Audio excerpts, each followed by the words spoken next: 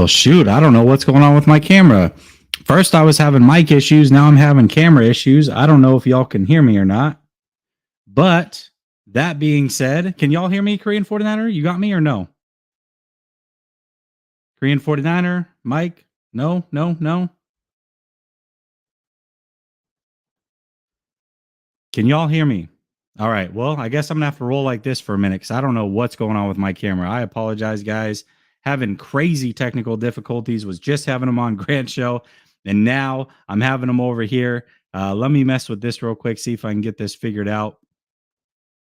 I don't know what's going on, but that being said, appreciate y'all for tapping in. At least y'all can hear me. For now, we'll roll like this, and I'll bring these guys in one at a time. But it is a open mic show, call-in style. So the link is in the description. The link is also pinned to the top of the chat. If y'all want to talk, you have any takes, you want to talk about this Jimmy Garoppolo stuff, now is the time. It sounds like he's going to be moved by March 16th. At least that's the plan. Sounds like Philly's in on it. Washington's in on it. Almost every day, a new team's in on it. So very curious to see what happens with Jimmy Garoppolo. But there's so many other things that we can talk about. Whatever's on your mind, I'm here for it. Let me switch this overlay over, and I will keep trying to mess with my camera to figure this out. But until then, let me bring in my guy, Korean 49er. What's up, Korean 49er? How you doing, Jesse? I'm doing good other than these technical difficulties. I don't know what's going on with me tonight, man. I can't get it figured out. There it is. Oh. Fixed. I was wondering if you're becoming a boomer like Grant on technology. I'm actually pretty savvy. I mean, listen, all the overlays, the intros you see on a lot of these channels, the overlays, those are me, man. So I'm pretty good at it. But StreamYard's weird sometimes, man. There are times where StreamYard just doesn't like what's going on. When I went on Grant's show, it wouldn't recognize the mic, and then for some reason it wouldn't recognize my camera just now. I don't know what the hell's going on, but either way, I'm happy that it's working now. That's all that matters. What's on your mind, man? Not too much, Jesse. First thing on my mind is if a team wants to trade anything for Jimmy, that's great. I just cut him and then go out and have a steak dinner afterwards. But I'm only speaking for myself. So all right, fair enough. But to me, if Philadelphia trades an asset for Jimmy, how's Jimmy going to handle that first booing session when he throws to an open defensive back or linebacker? Those fans won't put up with that for a second. Yeah, that's not going to go good. Real quick, so you guys are saying that you could see me on the camera. I couldn't see myself on the camera, so that's throwing me for a trip. That's even worse. I at least want to see myself. What if I pick my nose or something? I don't know. Anyways, yeah, you're right about that. I mean, it's tough, right? Because if you go into these, like I go into a lot of Twitter spaces and try to gauge what other teams think of Jimmy Garoppolo. And these fan bases want nothing to do with Jimmy Garoppolo. None of them. Not the Steelers, not Washington, not Philly, none of them. So it's like, I mean, that's not going to stop a team from trading for him, right? But it's not good when your fan base isn't bought into this guy. So yeah, man, that's it's rough. It's rough. I'm curious to see what ultimately ends up happening here. So also my first questions of Jimmy came up when he couldn't even finish those 4 games when Tom Brady was suspended in 2016. Remember the Deflategate suspension? Yeah, I do remember that. In fact, that's when who was the third string cat that had to come in? He was a rookie. Jacoby. Yeah, Jacoby Brissett. Yeah, you're right. He couldn't finish that. He came in 2017, obviously finished those 5 games. 2018, he gets injured. 2019, he's healthy. 2020, he's hurt again. This year, he missed a few games and was broken. I mean, they held him together with duct tape down the stretch. So yeah, man, that's it's rough. It's rough, man. I don't know. I don't know. We'll see what we get for him. I know some people. I'm going to bring in Mike here in a minute, but he's adamant. He's very adamant. We're going to get a first round pick. He's not the only one, by the way. I've heard a lot of people tell me that we're going to get a first round pick. So I hope they're right. I want to be wrong. Trust me. I want to be wrong on this one. I would be surprised if it's a second, but I could see it being a second. I'm going to be shocked, absolutely shocked if it's a first. So I'll be the first one to admit I was wrong and very happily do so. No question about it. So for the 1 year of Jimmy at whatever he's getting paid next year, let's just say 26 million, since I haven't recalled what the number is. Mhm. So fan base is going to accept another 20-12 season like Jimmy had this year, 20 touchdowns, 12 interceptions, and two touchdowns and three interceptions in the playoffs. I mean, have we lowered our standards that much to where that's acceptable? I don't consider that acceptable. Well, you got to remember though, like every fan base is different. Like I'll give you an example. Washington makes a lot of sense. And the reason that they make a lot of sense, you've got Ron Rivera, who he's on the verge of being fired. And if he's fired, he's never going to be a head coach. Most likely never going to be a head coach in this league again. So that's a guy that needs to get to the playoffs. Now, Jimmy's not the best, but Jimmy can get you to the playoffs if you have a good defense, good weapons, which they have. I feel like that's a team, and especially in a bad division, that could make the playoffs with Jimmy Garoppolo at the helm. Well, that saves his job, so that's worth it. But then you look at teams that just got burnt, right? You look at teams like the Colts or the Panthers. Why the hell would they go trade for Jimmy Garoppolo? They just got burnt on quarterbacks they traded for. So to me, Philadelphia is another one. People talk about Philly. They have 3 first round picks. If any team is in the driver's seat to go get a Watson or a Rodgers, not that he's going to be traded, or Russell Wilson especially, man, 3 first round picks and a serviceable quarterback who's cheap and young. I don't know, man. That's probably more enticing than going after Jimmy Garoppolo. Yeah, I understand. Yeah, to me, if Jimmy does get at least one draft pick back, that's fine. I'm not gonna. I don't expect much for him because I just, as Bay Area, as a Barry Baller always says, Jimmy has no trade value. You want to get a quarterback that doesn't have a strong arm and gets injured all the time. And then if you're that team that gets him, what you're going to have to get another backup quarterback because I don't expect him to make it past week 3 without being injured again. Yeah, that's a good point. What about this? I'm going to throw this out to you real quick. So I had an epiphany when I was over on Grant Show just a minute ago. Carson Wentz to back up Trey Lance. What do you think about that? Because Carson Wentz is probably going to get cut. He's going to have to be a backup somewhere. I think that might be an option. That's not, that doesn't sound very that doesn't sound bad. I think that's very palatable because to me, just bring him in on a minimal. I don't know what backup quarterbacks make anymore. I know it's a lot more than what normally is, but if Yeah. he, you know, is a good soldier and doesn't cause any trouble, I could see that working, and I don't see that being a problem. I don't think he would intentionally cause a stir or kick a hornet's nest if he doesn't have to. So Well, listen, Josh says that Wentz wants to start. I'm sure he wants to start, but wanting to start and actually starting. I mean, Trubisky probably wanted to start too, but look what happened with him. I think, and I'm not saying that it's going to happen.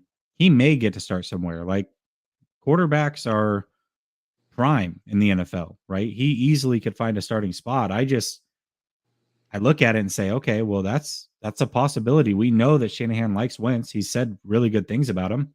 And you add in the fact that he played at NDSU. I just think that that would be a good backup quarterback. So just yeah, something to look at. I don't see much risk. And one other question I want to ask you is since the 49ers need a replacement for D Ford, who I don't think will ever play again with a mysterious back injury. How about Dante Fowler? I don't know what he would even cost because I believe Atlanta did cut him earlier today. Yeah, I listen. Anybody who's had some decent playing time in their career or was a stud at one point in college, if you can get them with Chris Kosirik, I love that. Like I think that's a no brainer. So yeah, I'm all about it.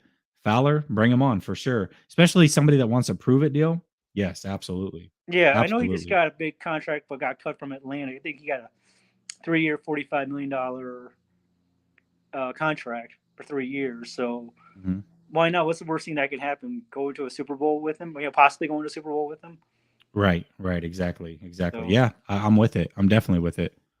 that's it, Jesse. That's all I had on my mind. All right, brother. You have a good night. You too. Better. Adrian, I appreciate you. Let me give you some love.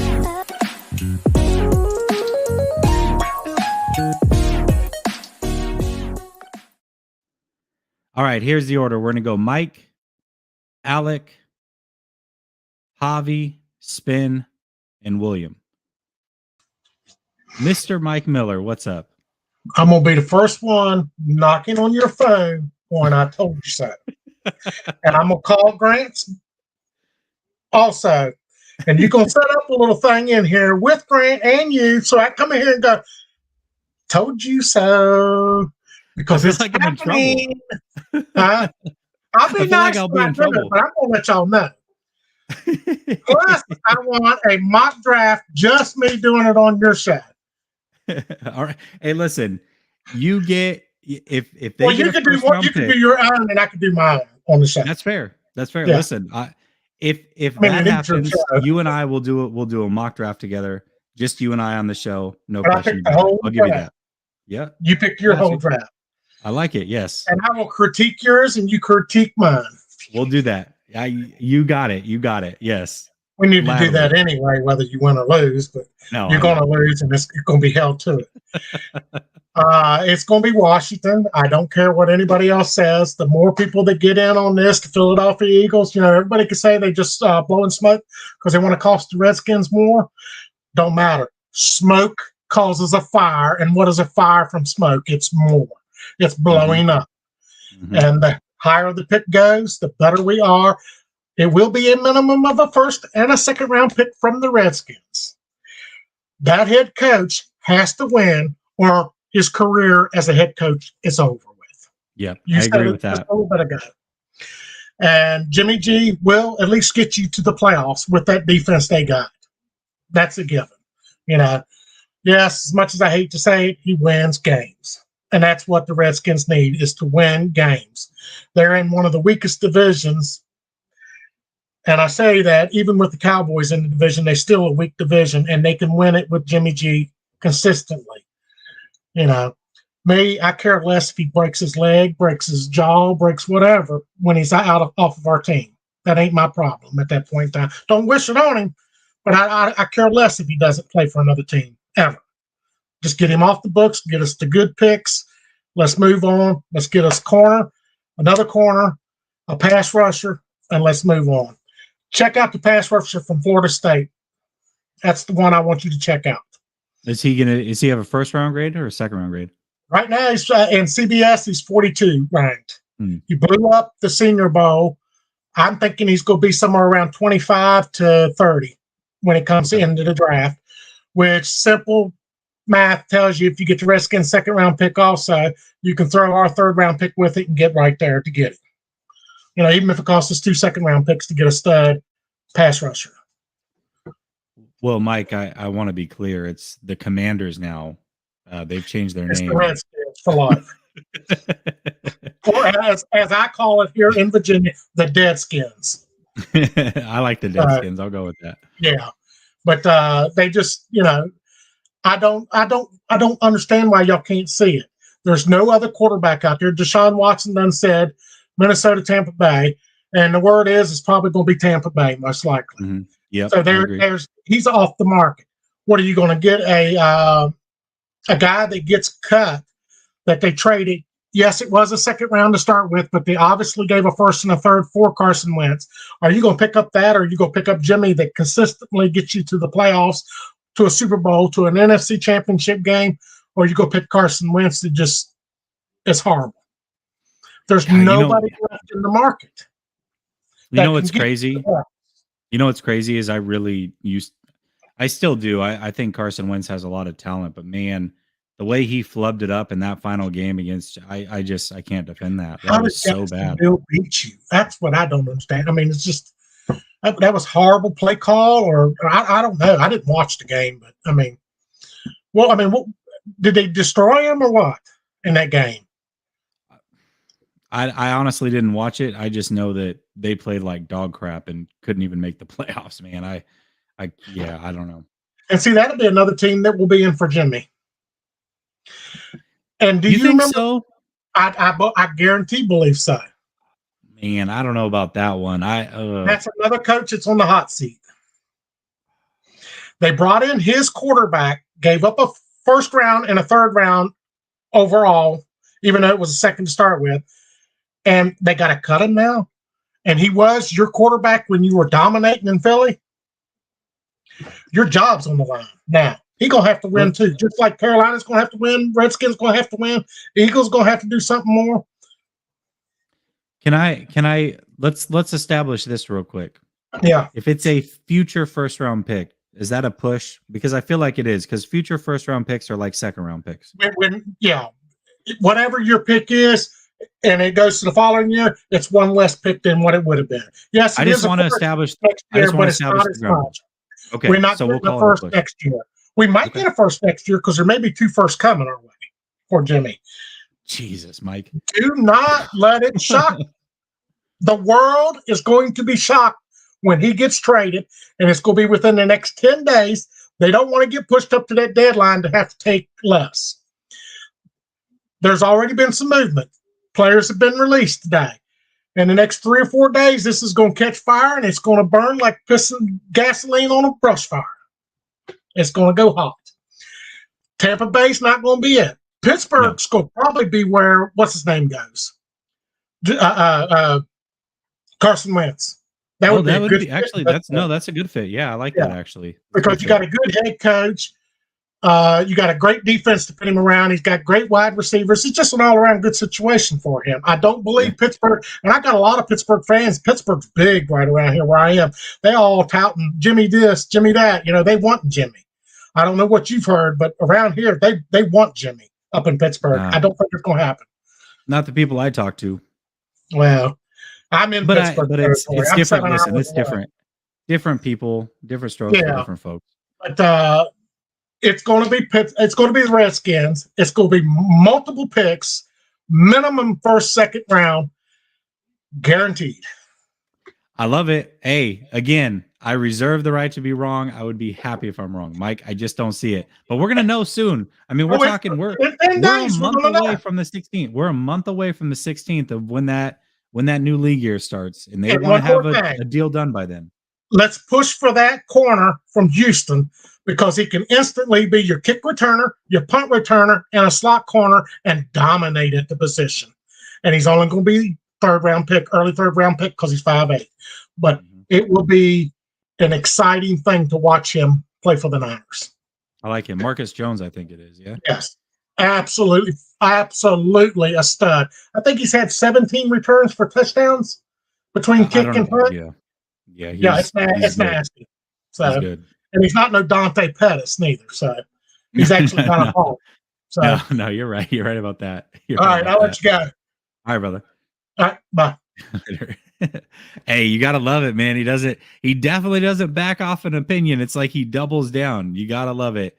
Adrian says Philly fans already got finessed with the Harden trade. Yeah, they did. Imagine taking another L with Jimmy. Yeah, that would be unfortunate for them, but we don't care. We really don't care, because guess what? We would get rid of him. So I'll take it.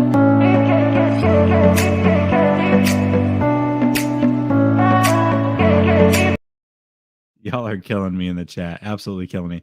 All right, Alec, I'm going to go to you. Then we're going to go to Javi, and then Spin, then William, then my guy Ryan. What's up, Alec? What's it going? How's it going, man? Good, man. How you been? Good. Just here. Just finally got get to talk to you here about my ideas with the 49ers. I mean, I love it. Shoot, man. The floor is yours. Go ahead. Oh, shoot. All right. So, I mean, first to start off with, I mean, if we do trade Jimmy Garoppolo for that first round pick, for the 11th pick, honestly, I'm thinking of a different route. How about we just get the center from Iowa, Tyler Linderbaum? Oh, I mean, if he's there, yeah. I wouldn't be mad at that. He's going to drop because he's a center, man. That's true. He could. So because of positional value, he's going to drop. So he's going to be there at 11. So he would be the guy. And if he's not there, then Sauce Gardner, either one of the two. So I mean, you know what? Here's the crazy thing is I haven't put a lot of thought into these first round guys because the 49ers obviously don't have a first round pick. That would make things real fun, right? If they somehow get a first for Jimmy, now all of a sudden I'm really into full draft. Like I'm already enjoying it, looking at these second round guys, knowing that they're going to get something for Jimmy, whether it's another second or a third. I'm still excited because there's a lot of picks.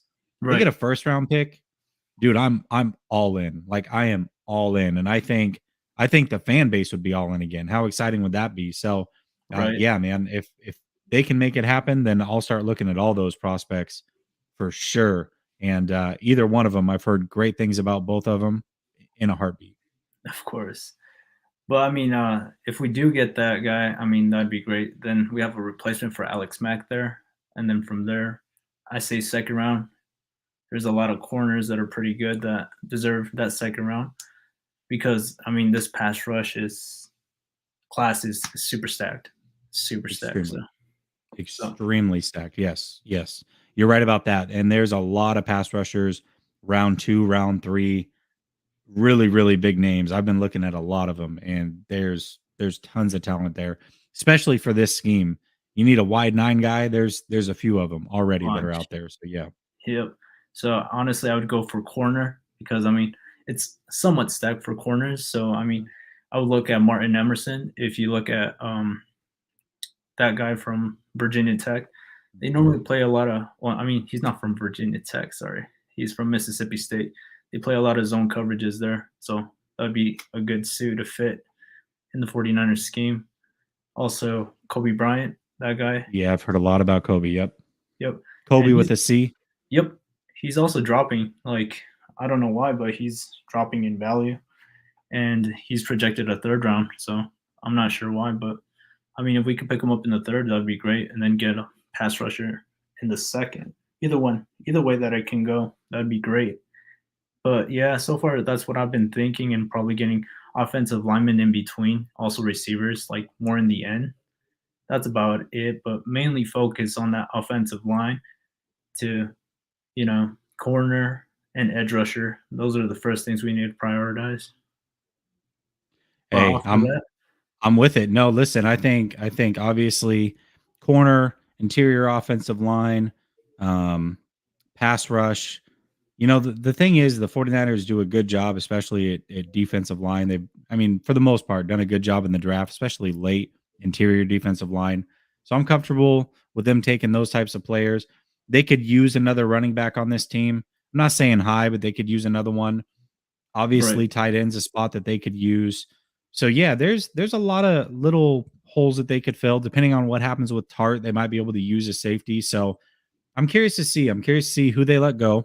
I'm curious to see who they sign. And then obviously that'll give us a little bit clearer picture going into the draft. But yeah, and then obviously trading Jimmy, that's another huge part of it. So there's a lot of moving pieces here, but I'm excited about it. Yeah, and then hopefully in the free agency, I mean, the only one that I'm really looking forward that's a sneaky signing would be Jabril Peppers because nobody really talks about him, and he's versatile too, just as much as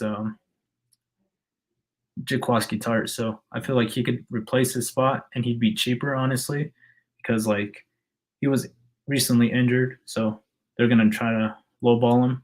So he's a good guy that I would probably go after instead of Jaquiski Tart because he's older. Yeah, absolutely. What do you think about this guy? I've heard a lot about Jalen Petrie. I know Eric Crocker likes him a lot. Oh, he's great. He's great. I mean, yeah, if we could get him, that'd be great. But I feel like that's replaceable. Like during free agency, I feel like there's a lot of safeties that are in free agency that we can just get for a long-term deal that are young. Yeah, for sure. I like it. All right, brother. Is that I like it. I like the names that you're throwing my way for sure. Is there anything else you want to say before you get out? No, that's it. That's all I wanted to say. Thanks for the time and finally saying that. Yeah, absolutely, man. I think it's a great plan. Excited to hear from you going forward, and we'll see how this offseason plays out. All right, brother? All right, perfect. See you, man. All right, later. Adrian says, in 3 to 4 years, bring my draft stock up. Says he's 6 foot, 225 middle linebacker. I'm assuming he's a high school kid. Adrian, you in high school? What's the deal there? I like it. Appreciate you, man, tuning into the show. Let me show you some love here.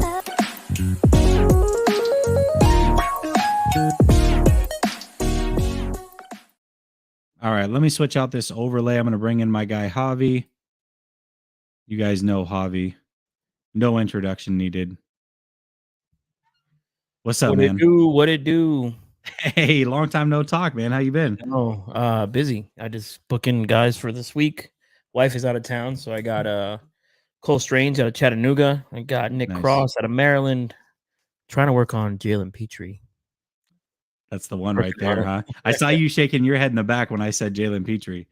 Yeah, I mean, that's him and Leon O'Neal. I don't know if anyone saw my show. I had Leon O'Neal on out of Texas A&M, another safety the Niners should be getting into or interested in. I was listening to the one guy, Mike, right? Mike is yeah. He had the Jimmy Garoppolo's gonna go for a first round pick. I don't want to be disrespectful to anybody, but did anyone actually read the quote? Well, first of all, you're talking about the Washington one? Yeah. So the Washington one was a random executive. Yeah, so I have it here. It says one executive positively labeled Garoppolo as a functional starter. We can agree there. Functional starter. Yes. Yep. Agree. Yep. The level he says doesn't apply for several players who started games in 2021. Agreed. Like Washington's Taylor Heineke. Absolutely. And perhaps all of the 2022 QB draft prospects. Maybe Malik might be pretty good. The executive doesn't think Garoppolo is worth the 11th selection or any first-round choice based upon skill set and injury history. Yet he argued the Commanders could justify sending the pick to San Francisco should they concede none of the incoming passes are worthy of that selection. For a team that needs to win now, the veteran here trumps the unproven rookies. Nowhere in there does it say they're going to trade the 11th pick for Jimmy Garoppolo. That is a fireable offense. I agree with you. That is a fireable offense for anyone to consider sending a first-round pick for Jimmy Garoppolo. Can I see a team talking themselves into the situation like a Ron Rivera? Yeah, sure. Mike Tomlin? Probably not. Pittsburgh's not stupid. He's too smart.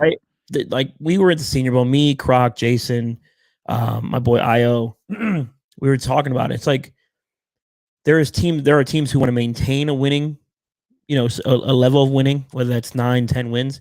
Can Jimmy do that for you? Yeah, maybe if you have a good run game, a good defense, and a functional offensive line. Right? I put the numbers up between Jimmy Garoppolo and I put the numbers up with Jimmy Garoppolo and Ben Roethlisberger together. They're identical. And Ben won 9 games or 8 games, whatever, and they barely got into the playoffs. So, I mean, if that's what you want to maintain, sure, but you're not going to send a first-round pick for that, right? Ian Rappaport, Jake Glazer, Chris Mortensen, all within the last couple of days, the value of Jimmy Garoppolo is a third-round pick. People who are in the know are suggesting he's a third-round pick. Last year, Jay Glazer mentioned it, and Mortensen mentioned it on KMBR, that the Niners were asking for a first and a third. That price tag is outrageous. No one was going to pay that.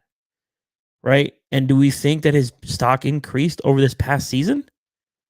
No, because again, he proved he couldn't stay healthy. His play was average to below average at times. Cool. Great. He acted like a professional. He's a culture type setter quarterback, right? He is going to be your bridge guy. So why would you send a first round pick for a guy who's going to be the bridge to the next guy within the next 2 to 3 years? No one's doing that. And I hope 49ers fans get that out of their head that there's no way we're getting a first round pick. I would be surprised if we got a high second round pick. Like pick I'm with 4, it.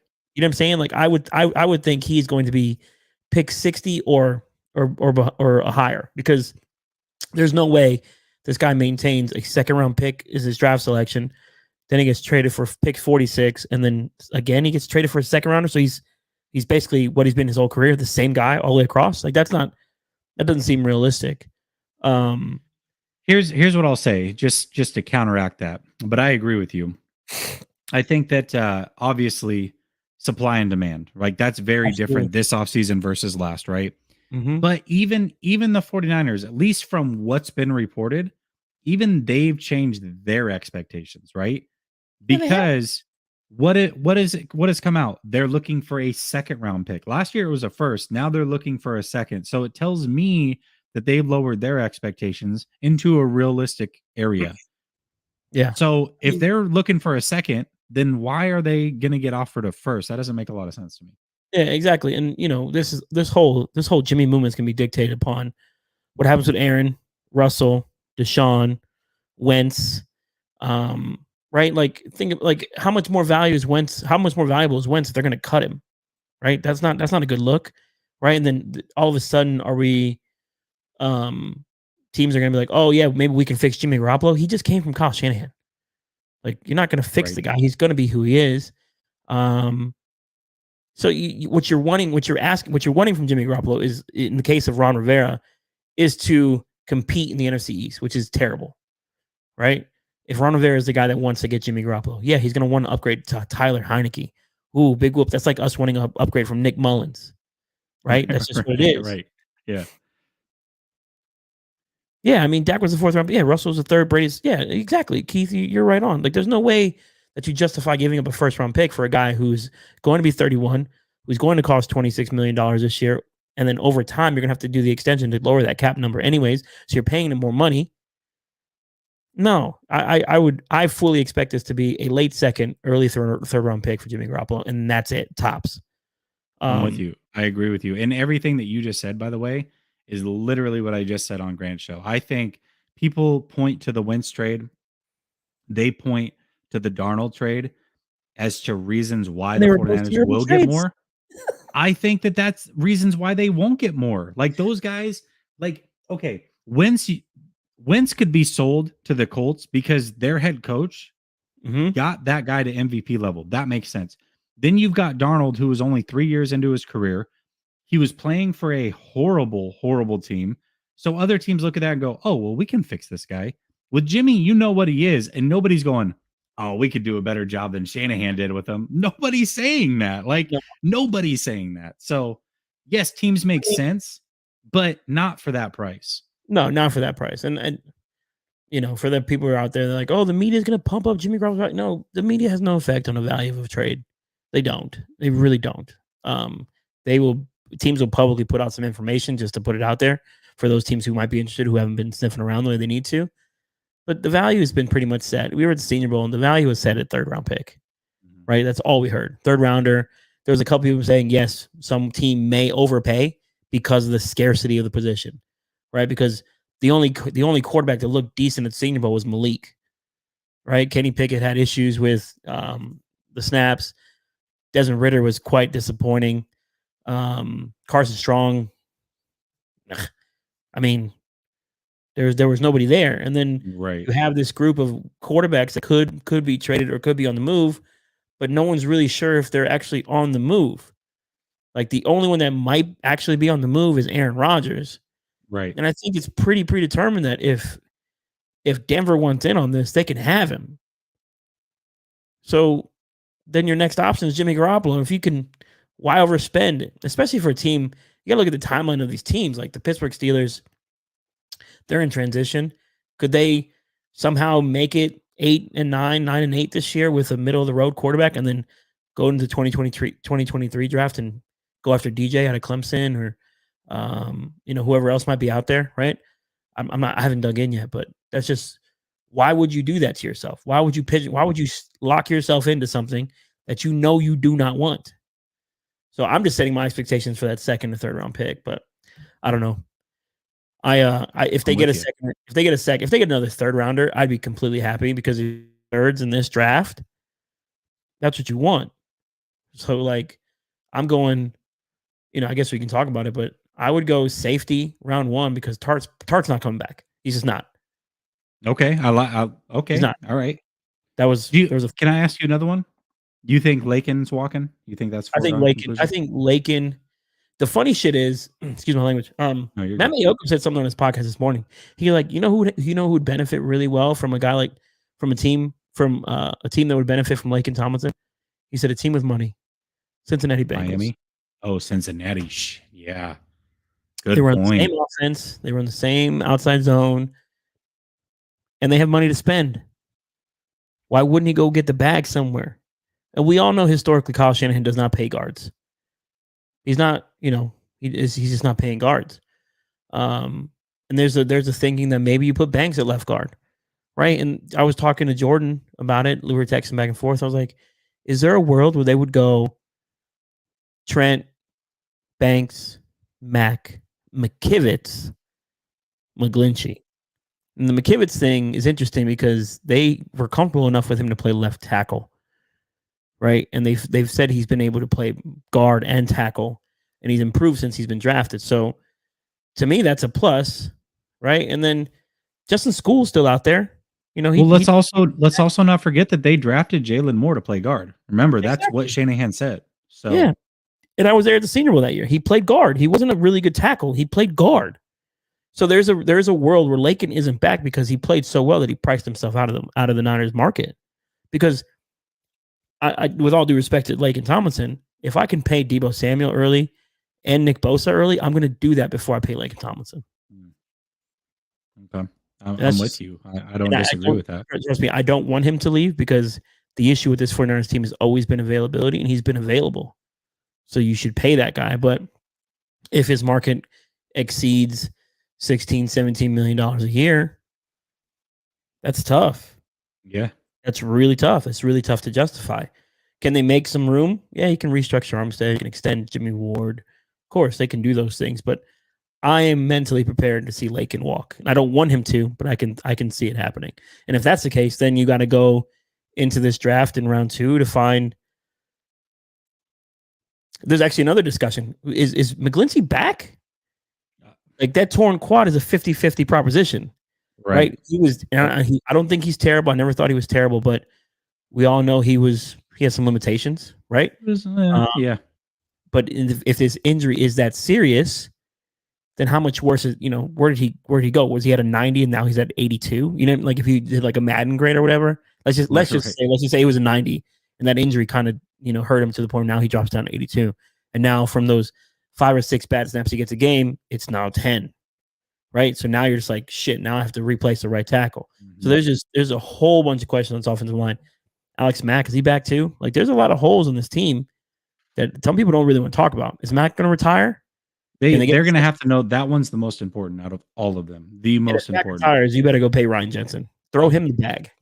Everything you can, yes. And if you have to restructure an Armstead to get it done, then yes, you do those things. Yes, yeah, absolutely. 100%. So, yep. I'm with you, Javi. And and I'm not, and this might be a take that many people agree with. I'm not as worried about corner as I am safety. Because if you are going to trust Ambry Thomas to develop and get better, then you're not going to go ahead and draft his replacement right away, right? You're not going to do that in round 2, right? If Manuel Mosley played pretty much lights out most of the season, not going to replace him right away, are you? There's a world where Jason Red is back in a situational spot. You need a nickel corner is really what you need. Yeah, you can get that guy. You can get that guy in round 3 or 4. That's where the Kobe Bryant's of the world come up. That's where the Roger McCreary of Auburn shows up. Marcus to Jones. Me, I think, to me, the Niners have shown you what their blueprint is. It's the trenches. So I would not be surprised they went after a Boye Mafe at round 2 at 61. Yep. Was talking to his coach at the Senior Bowl. Got him on my show now. He's coming on too. We'll get that conversation going, but there's a realistic chance he's there at 61, and that's who you take. Because then if Kinlaw's back and who he needs to be, then you have a defensive line of Bosa, Kinlaw, Armstead, Boye, and then your second unit, because I think DJ Jones is back. Amenahue, DJ, Key, I think he's back too. Ibukum, like that's 8 deep. Dude, you've got there's some guys there like Mafe, Ebiketie, Benito. Football. There's a lot, man. There's a lot of guys. I'm with you, Javi. You and I are on the same page with this. I agree with you. Now, obviously, we hope that they can get more, but I think realistically, we agree here. I think how we would build this team, we're pretty much on the same page with. I'm with you. I'm with you 100% of the way, man. You articulated very well. Pretty much my thoughts. Yeah, I mean, the only other corner, honestly, the only corner. Yeah, Penn State got some dogs every last 6 years. They've had some dogs. Honestly, the only corner that I really, really want is Roger McCreary. Mm. Like if we can get him in 93 and you slide him in there for K1, that's to me, that's kind of where you run with that and then you figure out the rest. So Javon Kinlaw will need time to be game ready. Yeah, I mean, I think I have some faith in Kinlaw still. He's lost a lot of weight from what I understand. So he needs to. I mean, that'll crush your knees if you didn't. So yeah, man. He was 6'6", 340, 350. Yeah, that's a big boy, Huge. man. That's a lot of weight. Yep. So I'm man, with you. This draft class isn't very good at the top. It's in the middle. It really is deep, though. It's extremely deep. It's extremely deep. Exterior offensive line, safety, edge, and the rest are kind of like, we'll see. Yeah, the quarterback room stinks. Wide receivers are pretty good, and I think the Niners need another wide receiver. Like I'd rather They do. We get like a Trent Taylor type, but actually someone who doesn't get injured all the time. Yeah. Exactly. It would help. Hopefully Lance doesn't, throw a bunch of what are they hospital balls. I don't think he will. So that'll help guys going over the middle. Yeah. And so I'm with that. you. I've been off the horse for a little while in the pod, so I had to get some of these thoughts out. How can people find you so that they can listen to these interviews you're about to do in the next upcoming weeks? So they'll just be on the Fourth Goal podcast. So some of them don't want to be video on the YouTube page. That's so fine. I mean, I'm going to record a video, but they don't want the video out there. It'll just be audio. So it'll be Apple iTunes and NDAs and shit like that. So well, could you for those that are YouTube guys, could you at least take the audio and just upload it like with their picture in the background and show no video just to get some? I will have to ask them that. I should do that. That's a good thing. Good idea. I mean, as long as there's no video, I don't see why they would care if the audio is on YouTube. The last one, he was like, man, I'm eating. He was eating while he was talking. So he was just like, it's all good. But yeah, no, some of the guys who just don't want to do video. But yeah, I mean, I think Cole Strange is going to do video on Sunday, so I'll have that live. We'll do a live one on Sunday with him, then Nick Cross out of Maryland is the other one.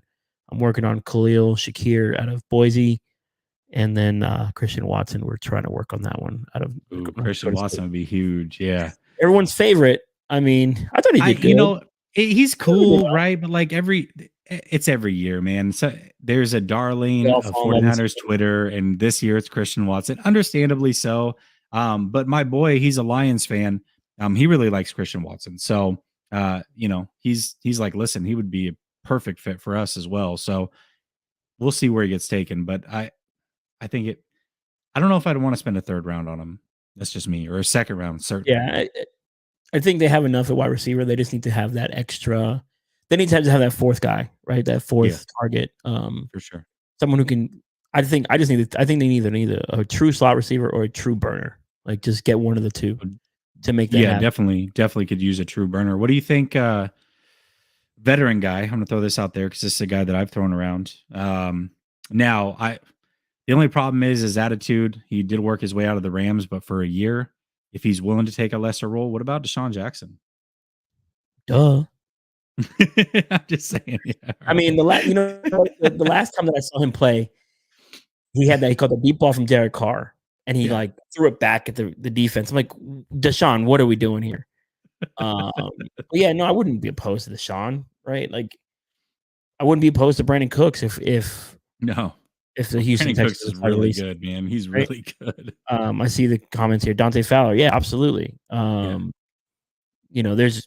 Fowler got signed for an extension and kind of just didn't do anything in Atlanta. Like I don't know what you do there, but I really think the Niners are going to try to get younger and cheaper, right, at the defensive end spot because you're going to want to have somebody that can roll with Bosa for the next 4 or 5 seasons, and that's where Boye comes into place. Ebiketie comes into play. Even Jesse Luketa out of Penn State. He's another one. Myjah Sanders out of Cincinnati, who's kind of thin, but it's kind of, you want a speed guy. That's what you need. Chandler Jones might be just if you're wide 9. Yeah, I think he's going to be too much. People talk about him. They talk about who's the cat? Hassan Reddick. He's going to be too expensive. These guys are going to be too much. Yeah, the Niners. Listen, the Niners, they spend on their own guys. I think they've learned their lesson from the first 2 years of overspending on guys that are not who aren't in their program initially.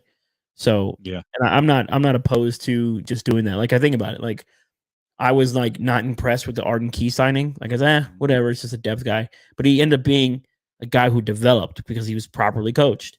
Right? You have the Charles Omenihu trade. Yeah, he was good in Houston. He got better here. You know what I mean? Like those guys do just do better when in a good surroundings. Surprise, surprise! You remove players from a bad situation, they play better.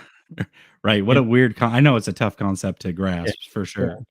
yeah. I wouldn't even mind Ryan Kerrigan. He's a little bit older, but that's just a guy who's experienced enough, knows how to run this defense. There's a lot. I'm just glad we don't have to talk about quarterback anymore. I know it's almost done, man. It's right there. It's so right there. March 16th. March 16th. I can't wait. I cannot wait. Javi, I got to get to the rest of these guys. They've been waiting for a while. So good. I'm doing graphics. So I just figured I'd hop in and say what's up. All right, brother. I appreciate it. We'll talk soon. All right, guys. Later. Take care. Later. Peace. My guy, man, Javi, one of the best for sure. Glad he's sticking around. Fourth and Gold podcast. Check it out. Does great work. Great work. Love that he hopped in. Sorry to keep you guys waiting. Appreciate you guys hanging on. Spin, Will, excuse me. It's gonna go. Yeah. Spin, Will, Keith, then my guy Lee. So we'll get you guys in right now. Let me change this overlay real quick. And hold on. Perfect. What's up, Spin? Hey, Jesse, how you doing today? I'm doing good, man. How you been? Awesome. Man, I'm just can't wait for the day that I hear Jimmy Garoppolo is traded to X. I don't give a shit who it is. Just anybody to some high school. I don't care. Yeah. Yeah. I don't think Jimmy's that bad of a quarterback. I really do believe he could easily get a second round, but there has to be things that have to be in place first. The team has to have a good offensive line. They have to have good wide receivers over the middle and a decent defense. And that's really kind of all they need, because Jimmy can make those passes. Jimmy is a really good quarterback if he's not rushed. I mean, I guess everybody is, right? But, yeah, of course.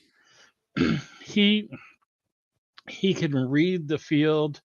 He can throw the passes in the middle. As long as he doesn't have to go outside, as long as he doesn't have to go deep. And if the team is willing to do that, this guy is a amazing starter. Yeah, maybe he gets hurt, but so does everybody else on the team. So I mean, we didn't expect to have Mostert out. We didn't expect to have the people we had out this year. So yeah, I think we can easily get a second round for him. I think we trade him and Dre Greenlaw to Washington, get their third and fourth round, our second and third round picks, and I think that would be good. I mean, listen, you give me a second and a fourth, and I'm all about it for sure. No question about it. You could do a third and a player. I don't know, man. There's a lot. There's a lot of possibilities there. But again, for me, saving that money, handing the keys over to Trey, yep, getting anything in return is just cherry on top to me. Well, there's a lot of good. There's a couple really good edge rushers. Nick Bonito, I don't know, of Oklahoma. I like that guy, man. Yep, he is good. He's right around, around 50 or thereabouts, 45, 50, I would think. Yeah, I think he'll probably be there at 61, to be real. I mean, I did a breakdown on him. I like him a lot. Him, Ebiketie. Personally, I actually preferred Benito over Ebiketie. That's just me personally, but I think there's going to be a lot of guys there. A lot of guys there. And I'm pretty sure that Niners are going to go with the edge rusher first, just because that's kind of their MO. It's their MO. It is. Yeah, Yeah. you're right. You're right. So, but at least I hope that they replace center guard tackle with rookies. They don't have to replace them, just get them so that we can have another set ready and ready to go, because we know that McGlinchey is not going to be good. Like you say, he's got a very bad quad. So, the chances of him coming back 100% to that, who knows, So if we replace him with someone who can actually block for the pass, we have, because what we get with Trey, and it gives us so much more running that we don't need these absolute elite running guards and tackles like we did before with Garoppolo, because Garoppolo couldn't do anything. He's good for short passes and middle of the road, middle yardage passes, and that's pretty much it. You can't depend on him. So I don't know. I just can't wait until Trey's on the field. Yeah, I'm looking forward to it, man. I'm looking so forward to it. Obviously, there's been a lot of little hiccups this early in the offseason, but I'm excited to see Trey Lance. I think he's going to bring an interesting dynamic to this team. I think and again, 2023 to me is that year that he really takes off, but we're going to see a lot of those flashes this year, and we're going to see him improving. And that's really all we can ask for. I think the team can win around him as he's going through some of those growing pains and those hiccups. And I'm just excited to get it going. I really am. Yeah, it would be so wonderful. Well, Jesse, you have a great rest of your day, man. Good talking to you. Good listening to you on all the programs. I just haven't had the gumption to come on and talk about it. It's just after the loss, it just I'm not. Yeah. It was rough, man. It was very rough. We should have won that game so easily. Had we just not started Garoppolo, we would have won that game. Yeah, man. That one's gonna suck for a while. Yep. That one's gonna, especially because the Bengals, man. I just it would be a rerun of where we started from, dude. 1984, man. Yep. Gosh. I'm with you, man. I'm with you. All right, brother. You have a good one. You too. All right, later. Yeah. Let's see. Adrian, you asked about if I have a show with Rob Shue. No, I don't. I have done shows with Rob Shue. He's been on here and I've been on his channel, but no, we don't have an active show together. Not currently anyways. So, but I appreciate it. And then most improved player next year. Ooh. Gosh.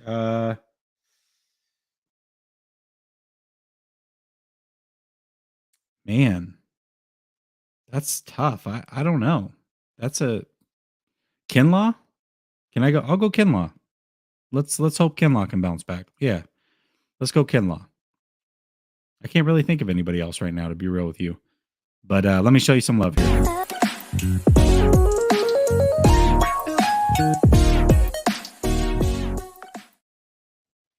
All right. Will, you've been waiting a while. I appreciate it. What's up, man? Hey, how you doing, Jesse? Can you hear me? Yeah, I got you. How you been? Trying a new headset. I feel it. A new mic. How's everything with you? Good, man. Can't complain. Life's good. Kids are good. Healthy. That's all that matters, man. Hey, that's all that matters. I'm just gonna touch on a couple things real fast. As you know, like I just said in Grant's show, I think Jimmy will do great in Washington. Mm-hmm. Honestly, because I live here in DC, honestly, the fan base would welcome Jimmy. In that division, with the talent that's there, even with Dak, Jimmy would be a proven winner. Right now, Washington's not looking to go to Super Bowls. Jimmy can get them to playoffs, and that's good enough. They just need to start winning, especially all that's going on with Washington and the media and everything with their look with women and all. They need something they've been looking for something to try to take the light off of that. And I think Jimmy can come there, and with their team that they have now, Jimmy can carry them to a couple of division wins. I think that we would not get a first for Jimmy. I mean, I would love it, but that's not going to happen. That's like you doing for Trey Lance or something. No. I think we could, though, possibly get a second or a third for Jimmy. And a lot of people say, oh, well, who's going to spend that money for Jimmy? Washington has been synonymous for spending money on kind of retirement, hopeless players. You got Hainsworth, you got Deion Sanders. The list is long of money that's just been given away. I also think Trey Lance, as I said, is going to have a really good year. The one thing, yes, he hasn't played a lot, but that also means a lot of people haven't seen him. I think he's going to do well. I think he's a good student. I think he studied his time on the bench. He's been studying the game well. As I said, he just needs the experience. He just needs the reps. And I think he will get that. I say by week 7, you're going to see a totally different Trey Lance. You're going to see a more composed Trey Lance that doesn't take the first half of a game to actually get into a groove. I think he will learn to manage games early on from the start. And I think Cal can focus fully on Trey other than trying to, Jimmy, Trey. And I think it will also better the line, the offensive line, because at first when Jimmy was here, they got used to not having to block for a running quarterback or mobile quarterback. Then with Trey moves. He moves around that pocket and he's ready to take off at a moment's notice. They're not used to that. The only person on that offensive line that was used to it was Trent Williams. That's why he made such an impact with Trey behind, because he's used to a running quarterback. The rest of them are used to Jimmy G. They're used to, okay, well, we know he's not going nowhere, so I just got to try to hold this ground. But with Trey's all over the place. I will say, how can I put it? I really think he will be a Washington, because I've had a lot of Washington Commander fans tell me they would be happy to get Jimmy. It will not be a hard sale as people think it would be. Right now, I know we as 49er fans complain about, our lineage in games and what we're winning and losing and what quarterback to play and stuff. But you got to understand, some teams don't even have these problems. There's teams out here that has not seen winning seasons in a long, long time. We've been to championships and Super Bowls in 3 years. So other teams would love to just have a quarterback that can just win divisions. Just give them something to brag on. Give them something to be hopeful for. I think Jimmy can do that for Washington. Washington has not had other than Alex Smith, has not had a run of good quarterbacks. If you look at it before Alex Smith, look at all the quarterbacks they went through. Look at all the head coaches they went through. They was basically selling the farm to just they brought back Joe Gibbs.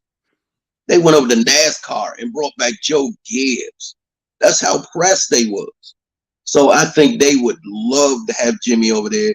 No, Jimmy's not going to be Doug Williams. He's not going to win you a Super Bowl over there, but he will get you in the playoffs over there. Because right now, honestly, just like I told a Cowboys fan, The only reason the Cowboys made it to the playoffs this year because your division is that weak. Somebody had to win. It was that simple. If Philly did not have to go up against Tom Brady in their first game, Philly would have. I think Philly could have went a little further, but the luck of the draw had them go up against Tampa in Tampa. They wasn't ready for that. And the sad thing for Washington was the reason Philly beat them was all their players had COVID. They were literally, all their players had COVID in that game. So they was hurt. But I really think Jimmy will end up in Washington and will actually do a good job there and actually take that team to win multiple divisions in that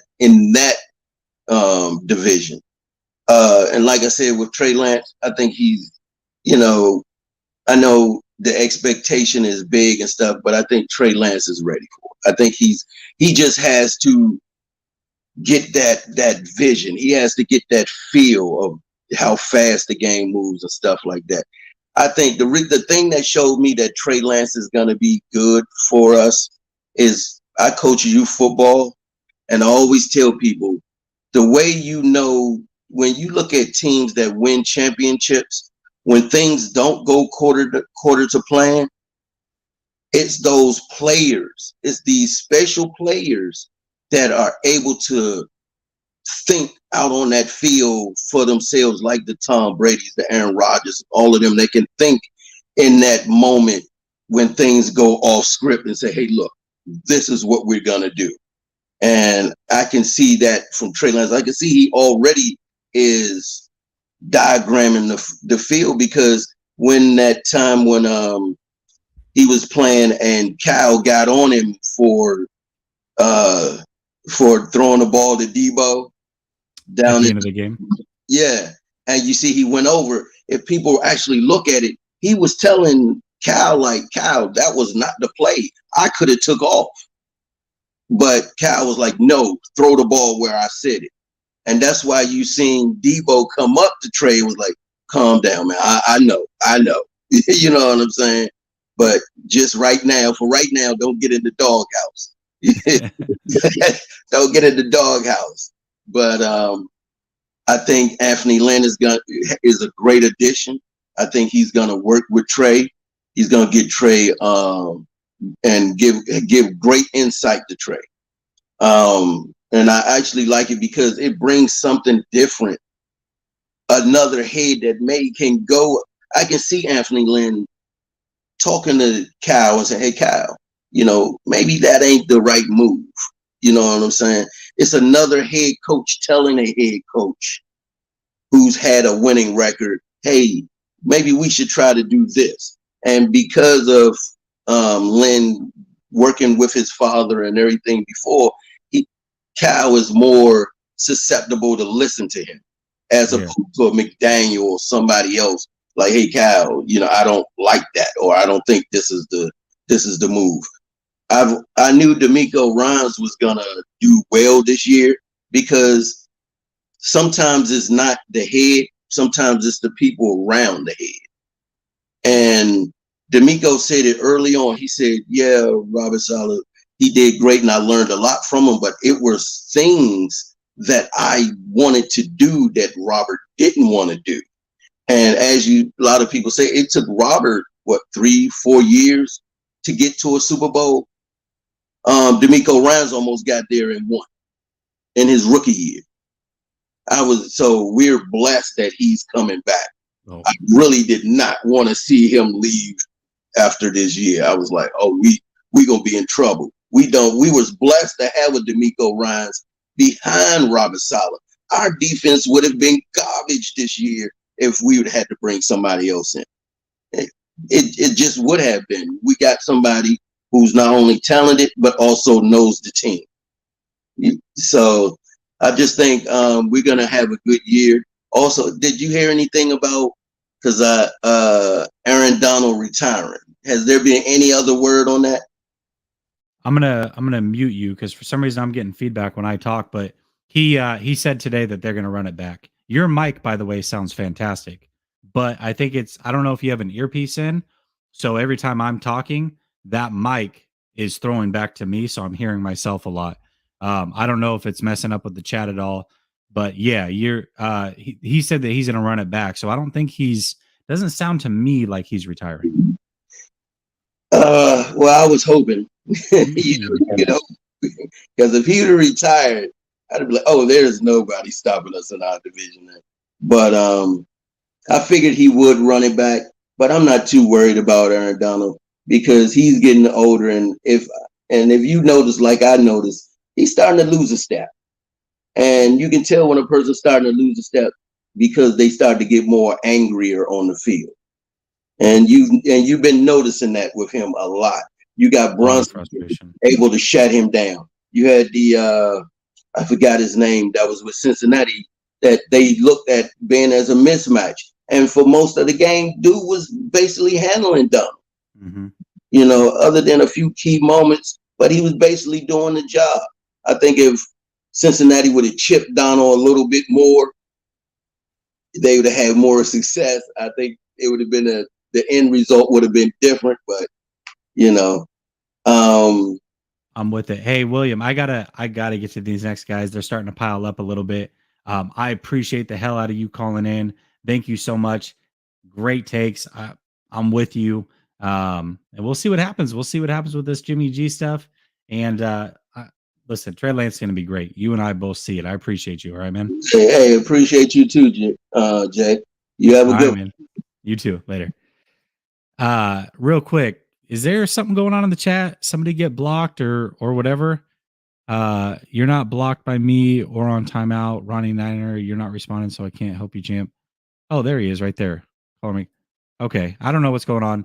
But yeah, I mean, listen, admin guys, let's make sure that, if we don't like what someone's saying, that's one thing. But if somebody's being crazy and racist or stupid along a whole different line, like those are the guys we want to block. But people just talking a little bit of trash, I mean, that's normal. But Adrian says people shouldn't expect him to be the next Josh Allen because, for one, it's unfair. True. And second, he doesn't need to carry the offense. All he has to do is stretch the field with his arm and his legs, plus mitigate turnovers. Yeah, I agree with you. Listen, Adrian, I think you're on point there. No doubt about that. I agree with you. And quite frankly, I don't think he plays at all like Josh Allen. Like, those comparisons are a little off base for me personally. And we can get into it a little bit more later, but let me get through these calls. Let me show you some love and we'll move on.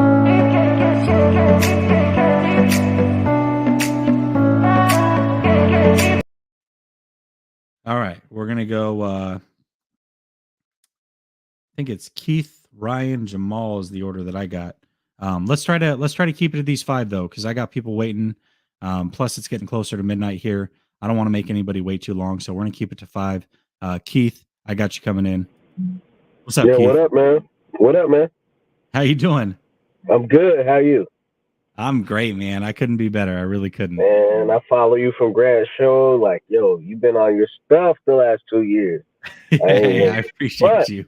Like, I wasn't on the Trey Lance bandwagon, and then I was more with like Vish and Aponte about Fields, right? Mm-hmm. But I think you're right. I think Lance is a better option. And so, with that being said, I did hear a podcast today, or maybe just a short YouTube clip that, there've been talks about Brady coming to San Fran, right? Right. Yeah.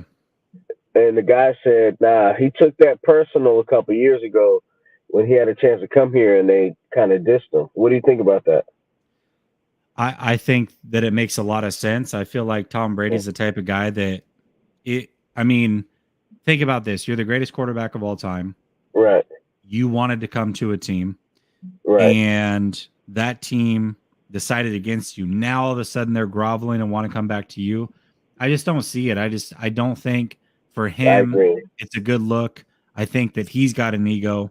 And I don't think him and Shanahan are a good match anyways. I actually think they wouldn't be a bad combination. But to your point, once you diss them, I don't think you can come back and be like, this is like, you diss a chick on a date or something. You're like, I want to come back. Nah, I'm good. You know what I mean? Right. Or maybe she disses you, whatever. And so I think we had put all our chips in the table already. We traded all these picks for this guy. Like, we have to see what he has, right? And so it's just like Jesse, we got to get it in with Trey. Like, it's time to go. I agree. Right? And by the way, I'm sure you've heard the interviews with him. I don't know about you, but to me, he's coming across very, very motivated. Like, he wants to play. He sounds like the type of kid that if he has to sit another year, like, it's going to be a problem. Look, right? Like, when I said you were right, I'm not saying Justin Fields is ass or terrible or whatever. No. I'm saying the things that you saw, you were talking about him processing, setting up a line of scrimmage, doing whatever. Obviously, it was on the Division I AA level, so it wasn't. But it still resonated with me because I wasn't on that page, and so. But I listened to you even back then, a year and a half ago. But I think, like, people are not high on how he played this year, but for me as a fan, I am. Like, the Houston game, the second half, I'm high on that. Like, you got to, once you go all in, the one thing I was upset about Shanahan is you went all in to trade all these picks and do all that.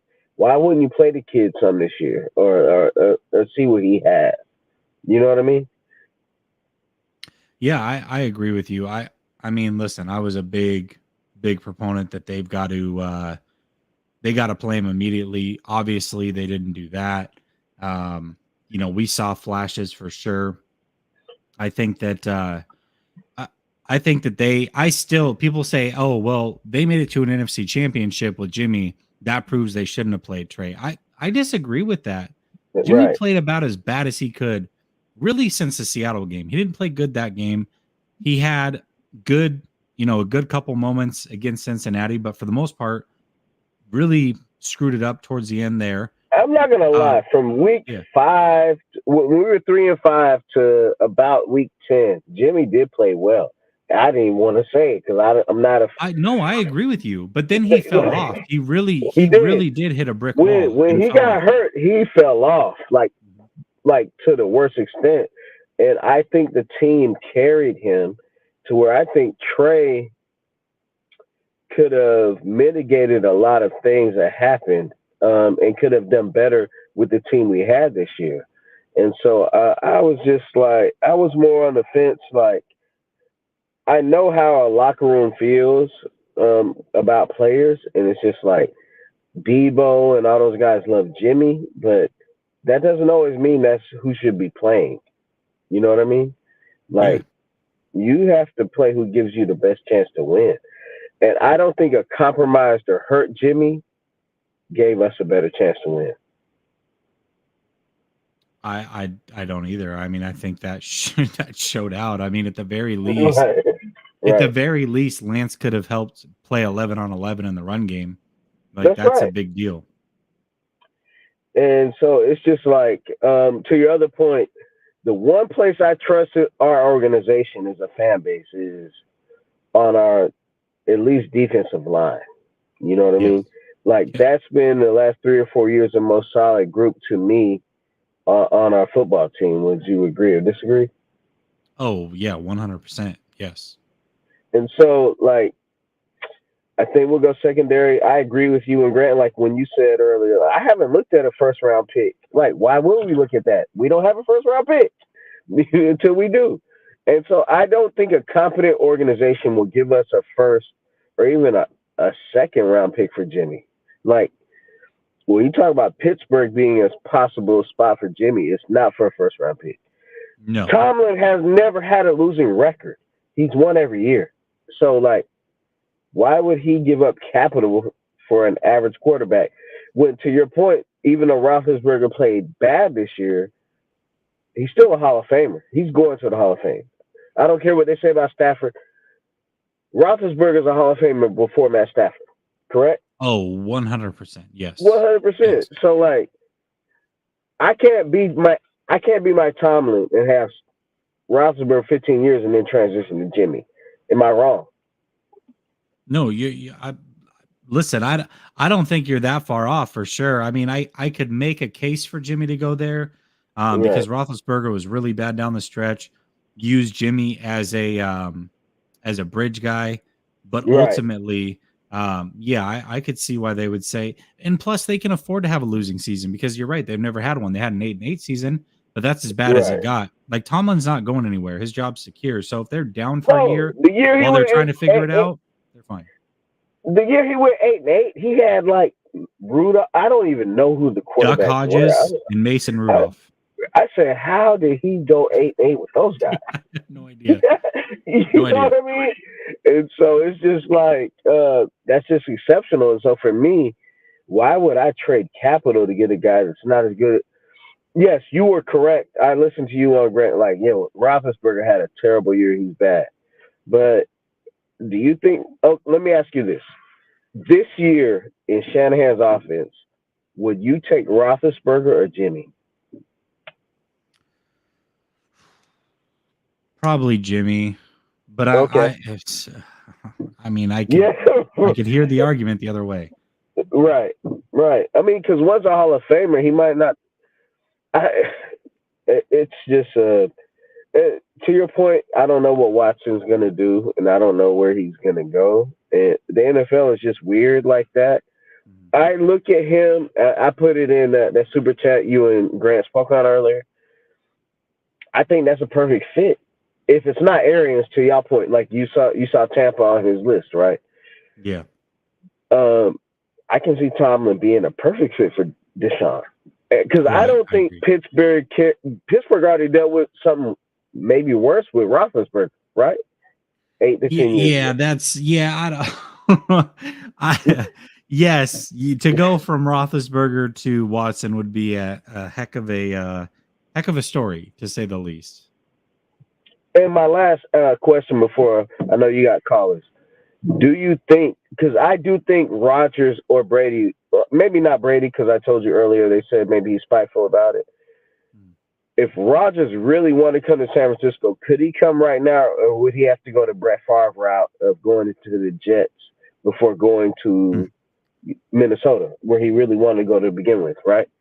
Yeah. Do you think Green Bay would actually trade or try to appease Aaron Rodgers to come to San Francisco? I don't think there's a snowball shot in hell. No way. Right. And that's the only way I don't see we could go to Trey. If we could get Rodgers or Brady, we would do that, right? I think we would. Yeah, I can understand that. Yes, but I agree. There's no other way that we would not go to Trey Lance. And so what type of season next year, now that I'm going to get off the phone, thanks for taking my call. What type of season next year do you think Trey Lance will have, man? And thanks for taking my call. Yeah, man. Yeah, of course. No, I think that I think for me, the type of season that I would expect, I say somewhere around 30 total touchdowns, passing and rushing, maybe 32-ish. I'd say around 12 to 14 turnovers, around 4,500 yards. That would be my expectations. Maybe around 62% completion. I think that's realistic. I think it's realistic. I think they can win with that. And so for me, that's what I'd be looking at. So I'm going to go to Ryan, Jamal, Lee, Waruna, and then Holden. What's up, Crypto? What up, yo? What up? What up? How you been? I've been great, man. I've been really good. How you been? I'm doing all right. You know what I'm saying? Job's going cool. You know what I'm saying? I'm got my own thing going on. Bro, have you checked out the UFC strike, the NFT moments? I have not. I did read about it, and I haven't seen it though. Oh, bro, I bought some the other day. There's a guy who reminds me of DJ Jones. He's a heavyweight, and one of the moments I got was him doing like a backwards spinning roundhouse kick to the head that knocked this guy down. Then he pummels him. Ref calls it, and then he does like a flying somersault and lands on his butt to celebrate. But I'm trying to think of who that was. Got that moment. I was like, oh, his name's Bennett.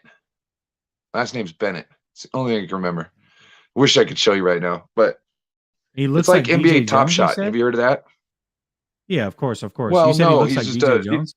he's a big heavyweight black man who just can, he's really nimble. He just did a spinning roundhouse kick, you know what I mean? And DJ Jones got handles, you know what I mean? Like DJ Jones would be one of those guys you pull up to play some basketball, he'd be like, what you got? And the next thing you know, he breaks your ankles.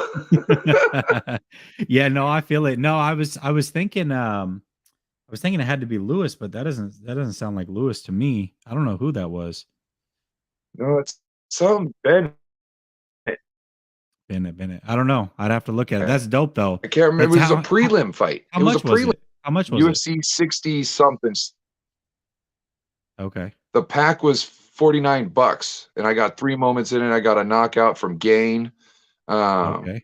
I got somebody else who can't remember what kind of. It wasn't that flashy. I wasn't, but the other one, man, knocked my socks off. Yeah. Well, surreal guy. Yeah, that's Gain or Gane or whatever. Yeah, just starting out. He just fought for the title. Yeah.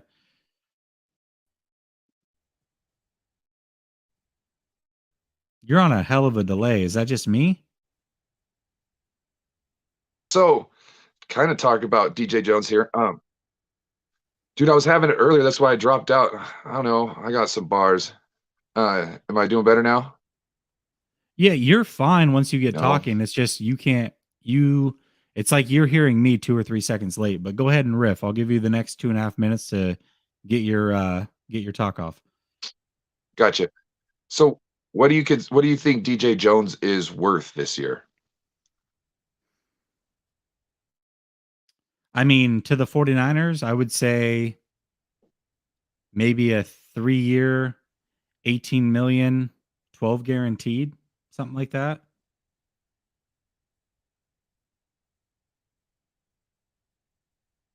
Because I just don't want to get caught in a money pit with trying to get back defensive linemen, even though I love DJ Jones. You know what I mean? Love the man. I just think that we have a strong suit in having Chris Kacerek get no-namers, and I don't think we should be really worried about keeping, because I have a problem of holding on to people I care about. No, we'll pay them money for no reason. Then we'll end up losing. You know what I mean? Because I'm just a sap. You know what I mean? So I found myself today, I heard everybody talking about that. I was like, maybe this is one of those we just need to say no. Dude, I lost you. I don't know what's going on. You were cutting out pretty bad at the end. Jump out, jump back in. I'll give you your couple minutes back. We'll see if it works. In the meantime, I'll go to my guy Jamal real quick. What's up, Jamal? What up? How you doing, bro? I'm doing good, man. How you been? Hey, you can hear me? It's all good? Yeah, I got you. Cool. Yeah, no, I just wanted to catch up with you a little bit. I've been out of spaces and stuff lately, just doing my own thing. But how you doing? I know we've talked a little bit in the DMs a little bit about some of these draft prospects, but how are you? Nah, man, I'm when I say I'm doing great, man, like I couldn't be doing better. I was telling the last caller, a couple callers ago, my kids are doing good. That's always most important. Job's going good. Obviously, the YouTube thing's been going great. Tons of support, and we're in the off season, man. Like I don't know. Like I feel like this year, even though they lost a heartbreaking game, like for me, like this year, I was just ready to hit the off season, and I think it's because Trey is there, and there's that excitement with Trey Lance, which is fantastic. I love that we have that to look forward to. Right. I think you said it really well there. You had something to look forward to because of Trey. So there's still hope. We knew that with Jimmy Garoppolo, this was coming to an end at some point. And at some point, when you choose to accept it for what it is, but also look towards the future with Trey, you can leave the season with, a lot of hope going forward. And I think the fact that we made it to the NFC Championship is a surprise to, if people are being honest, it was a surprise that we made it that far, especially with how the type of quarterback play we had in the playoffs in particular. So, I think you're looking forward and saying, there's hope. I know for you and myself, we're already on the Lance train. We're excited about what he can be, what he can become. just a little side note. I was watching some highlights of John Elway yesterday, and I was just like, oh my gosh, like what the Shanahans can do with a mobile quarterback. Now, I'm not calling Trey, I'm not calling him Elway, but he can do some similar things, right? Like they're both mobile. They have a plus arms. They can extend plays, and I'm just thinking, man, that was when Mike had him. Imagine what Kyle can do with Trey. I think it can be. I think he had an older Elway. Right. But no, I'm excited about that. But I just wanted to come on really quick and give a couple thoughts in regards to a potential Jimmy Garoppolo trade, as well as talk with you about a couple prospects really quick. Yeah, so let's do it. Yeah. So I know there's a lot of talk about Jimmy Garoppolo and this first round pick, and I don't do a whole lot of talking about it. My main thing is if we get a first round pick, like it's a home run. That's a steal. Like amazing. And I also think I wrote this in the comments earlier. If he really does go for a first, I think we'll be able to look back and say there was a bidding war. There was a bidding war of some sort, because I think you could look at the Commanders, you could look at the Steelers. If one of them, even somebody else, maybe a dark horse team, the Panthers, I don't know, somebody who wants to, not be left at the altar if they're not in love with any of these quarterbacks in the draft. Yeah, maybe they would make a little extra something for a first round pick. Now, I don't expect it. If I was a betting man, I wouldn't say that we'll get a first. Now, if it happens, like I said, home run, cool with it. But I wouldn't expect it. So for me, one thing I've been saying, and I posted on Twitter, maybe you've seen it as well too, you can go back and look at the Alex Smith trade, and I think you could still see something similar, or even the Carson Wentz trade, and see something similar to that. So I've always said, and I'm still stuck on the Commanders or the Steelers, but when I look at the Commanders, I say, okay, I look for a potential, like a conditional third round pick and a player. And what comes to my mind is Kendall Fuller. Now that strengthens a position of need for us. He would come in, and I think at worst he could be CB2. He would allow Ambry Thomas to continue to develop. At best, he could come in and be CB1 as well too. I think he's a very functional and a good starting caliber corner. Now, we've seen 8 games of Ambry Thomas. It would allow for development there with him. I still personally believe that Emmanuel Mosley is best as a CB2. He can fill in and be a CB1. I have no problem with that, with injuries, but I like him best as a CB2. With Kendall Fuller, like I said, he's a guy who has some versatility. I think he's like 5'11", 6 foot, can play on the outside, can play in the slot as well too. One thing 49ers fans will like too is, or they won't like, but they will remember that 2019 Super Bowl, he did have the game-sealing interception, 2019. So maybe he could come back in a potential trade that would help us by strengthening a position of need for us, as well as we would be helping out with the Commanders as well, giving them a quarterback that they could probably justify. I know that's the word that we've been hearing a lot, justify. They could justify getting a quarterback that can give them some sort of level of consistency. Now, I'm not saying it'll be top-end consistency. We know with Jimmy Garoppolo, he's more of a mediocre quarterback. He gives you solid play, and then he'll also give you some boneheaded mistakes, and that's why he's not a higher-level quarterback. We know that is what it is. That's not breaking news, anything like that whatsoever. But with a guy like him, with a Ron Rivera, with a solid defense, if that defense, returns to form, they can be solid. He could add a couple more wins to their schedule. They could potentially go 10-7 and reach the playoffs. And I say that because I said this in the space yesterday. There are teams out there, the ultimate goal is to win the Super Bowl. We all know that. But there are teams out there that legitimately are comfortable with going to the playoffs. And I think that you could say the Commanders are one of those teams right now. And with the extra added pressure that I think Ron Rivera is feeling right now, like they need to start getting some results. They need to start going to the playoffs. That defense, when firing on all cylinders, is ready to go to the playoffs. If Chase Young can come back and be the Chase Young that we all think he can be, like they're set to do something. And I think that with a guy like Jimmy Garoppolo, I think that's why you can start hearing words like, oh, justify. Now, I'm not saying it'll be a first, but you can justify making that move for him. I think that would be kind of smart. So that's one scenario I look at. You're saying a third and Fuller. Okay, I like that. Yeah, and with the third, I said it was going to be conditional. So maybe I'll explain kind of what my conditional needs would be for me. I'd say Jimmy Garoppolo needs to play 70 or 75% of the snaps this next year. I think that's fair because you're banking on him being able to play for the whole season. He's only done that a couple times in his career. If that happens, and you know, if they win, or if Jimmy Garoppolo is healthy, he tends to win, right? They tend to go take their teams to the playoffs. So that'd be something I'd wager. I'd be talking about that in my sales pitch. So I'd say, yeah, 70 or 75% of the snaps and maybe a minimum of 20 touchdowns. If he can do that, that conditional could possibly turn to like a second. And if he's taking a team to the playoffs, it'd be a back end second anyway. Yeah, or they could say, hey, you know, the team has to win 9 games, something like that. Absolutely, right?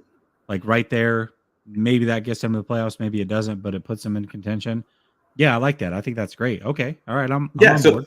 That's one of the thoughts that I've thought of, and I know I keep hearing all these different reports, and it is early in the offseason, so we're gonna hear, you know, reports about a first round pick. I'm not saying we won't get that. It's possible we do. I just personally feel if that happens, I think it'd be some sort of a bidding war at some point. It would have to be that for that to truly happen, especially a pick 11. That's a premium draft pick. So yeah, that's just my thoughts about that. And then I had a couple prospects that I wanted to give a shout out to that I like, and one in particular that I'm not hearing a lot of people talk about, and I totally understand it, but I'm kind of high on. The first one I'll talk about is Khalil Shakir. I like him. Have you had a chance to look at his tape yet? I have not. No, I've heard about him, but I have not watched his tape yet. Nope.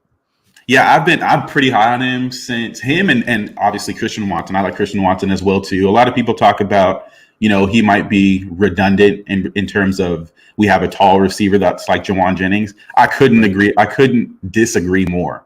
Juwan Jennings is nowhere near the type of receiver that Christian Watson is. Christian Watson is a legit 4.4. I'll say that to be, you know, conservative. He's going to run a low 4.4, possibly high 4.3. Jennings doesn't do that. And that's not me. I'm not talking bad about Jennings. They're just two totally different types of receivers.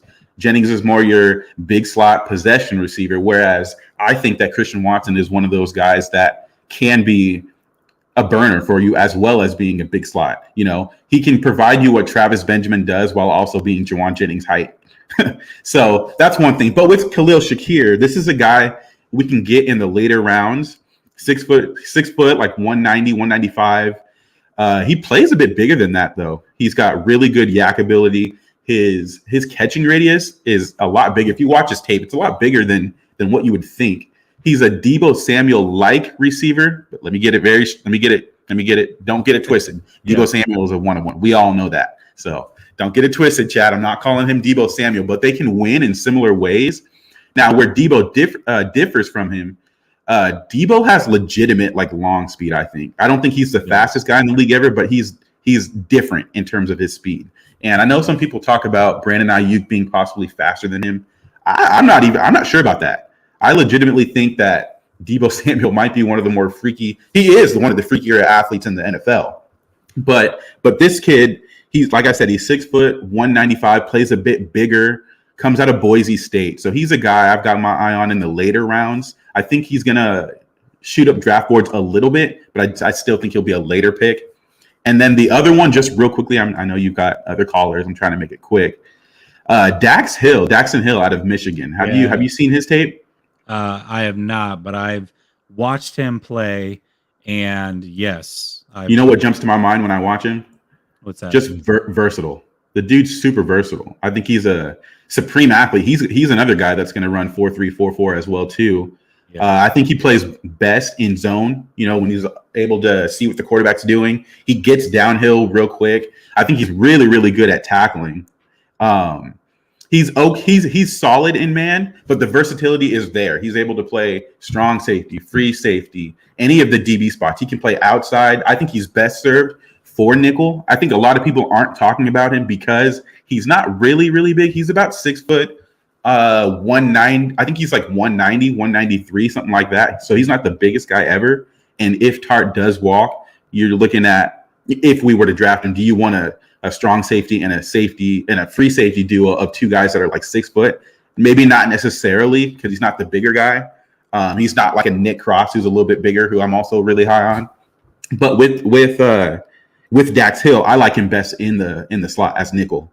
He reminds me a lot of a young Jimmy Ward. So that's just my quick thoughts on him. He does have he's got top end speed, but like I think with any corner really, if he gets stacked, he can. I don't want to say he struggles, but maybe he doesn't make the best plays on the ball. He can be a little grabby at times too, but I think he does his best work with his eyes turned toward the quarterback and getting downhill. I think he's best short to intermediate. And I'm looking at nickel, depending on what they do in free agency, will decide possibly what they look at in the draft. The other thing with him, the last thing I'll say on him is I don't know exactly where he'll get drafted. I think he is I'd say he's a top 32, top 40 type talent.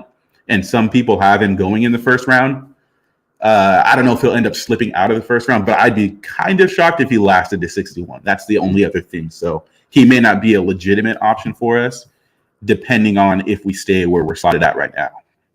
But if he is there, I mean, obviously they just had success with the Michigan corner, right? So exactly. That's not the worst case scenario. But yeah, listen, I love it, man. You're in full draft. Are you on your channel? Are you guys talking about these guys, or what are you guys doing? What's your so yeah, we've got some things going on behind the scenes right now. We've been taking a little break for a couple weeks. I've made a couple guest appearances, obviously on your show. I'm going on Bay Area Baller on Tuesday this next week at 7.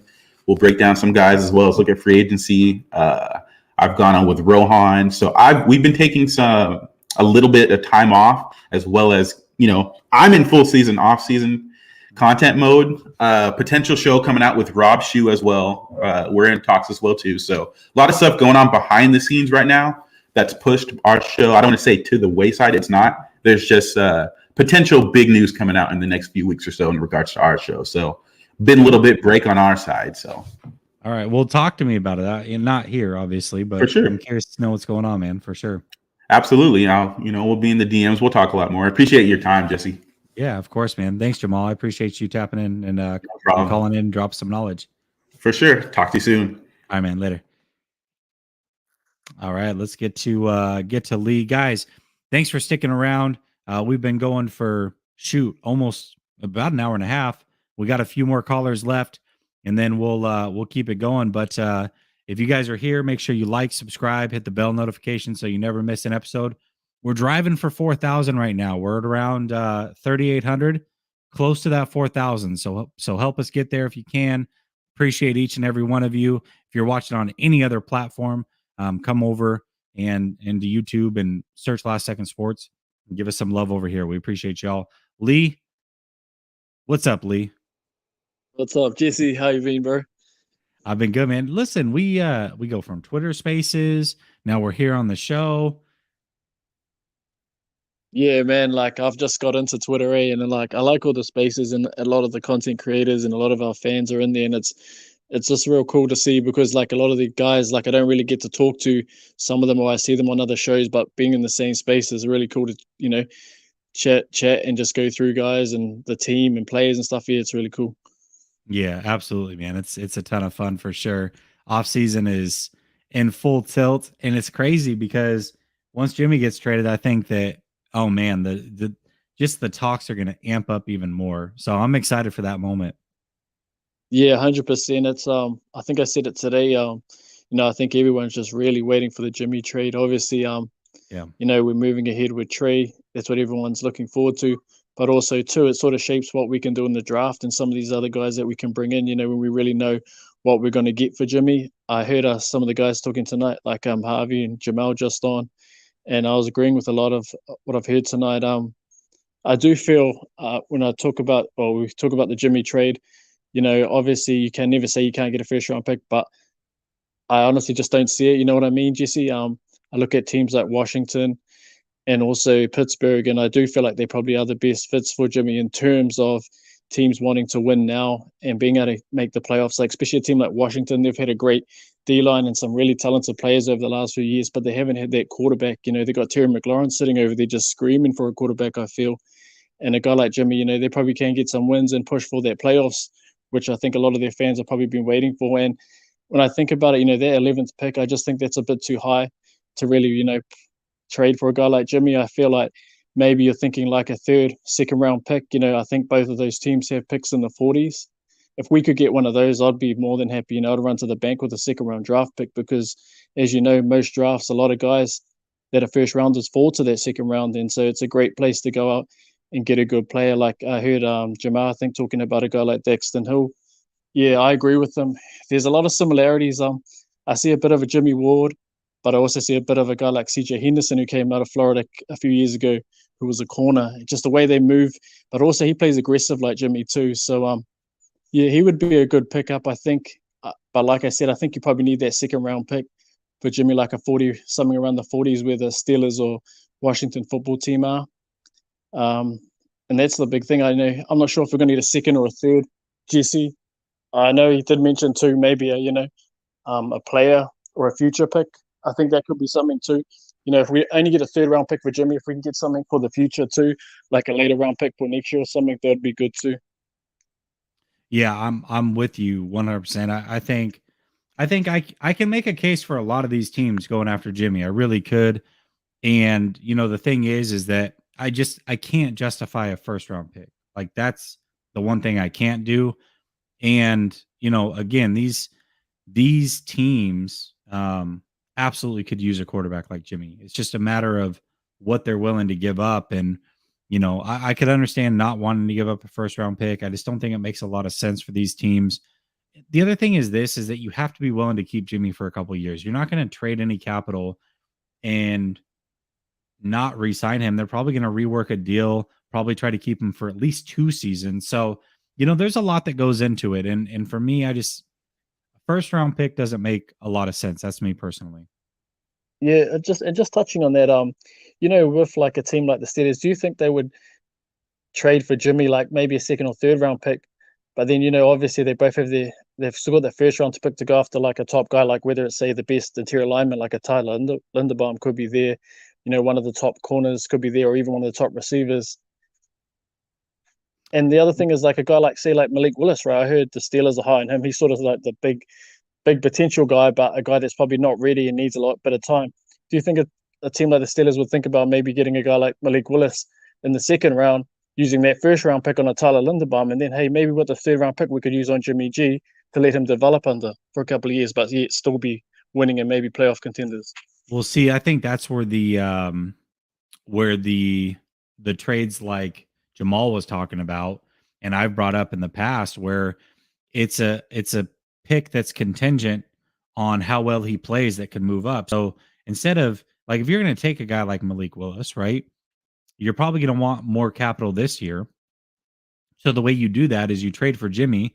You say, hey, we're going to give you a future third that can move up to a second based on how he plays. I could see a scenario like that for sure. And Jimmy would be a great bridge guy. I honestly think Malik Willis is a guy that first of all, definitely could benefit from sitting, possibly even 2 years. I think he's got a lot of talent, but he's very raw. Some of the things that you hear about Trey Lance, but Trey Lance was different. The offensive system was different. Trey Lance was more of a natural thrower to me, from the standpoint that in-game throwing, reading defenses, that's something that he did on a regular basis. Malik Willis has all the arm talent in the world, can make every throw. Probably even has a better arm than Trey, which is crazy because Trey has a great arm, but there's a lot of work there. And I could see him sitting for a couple years. I do think he has a opportunity to be a very good player, but it has to be right. And so for me, if he sits for a couple years, that's not exactly the end of the world for a guy like Malik Willis, for sure.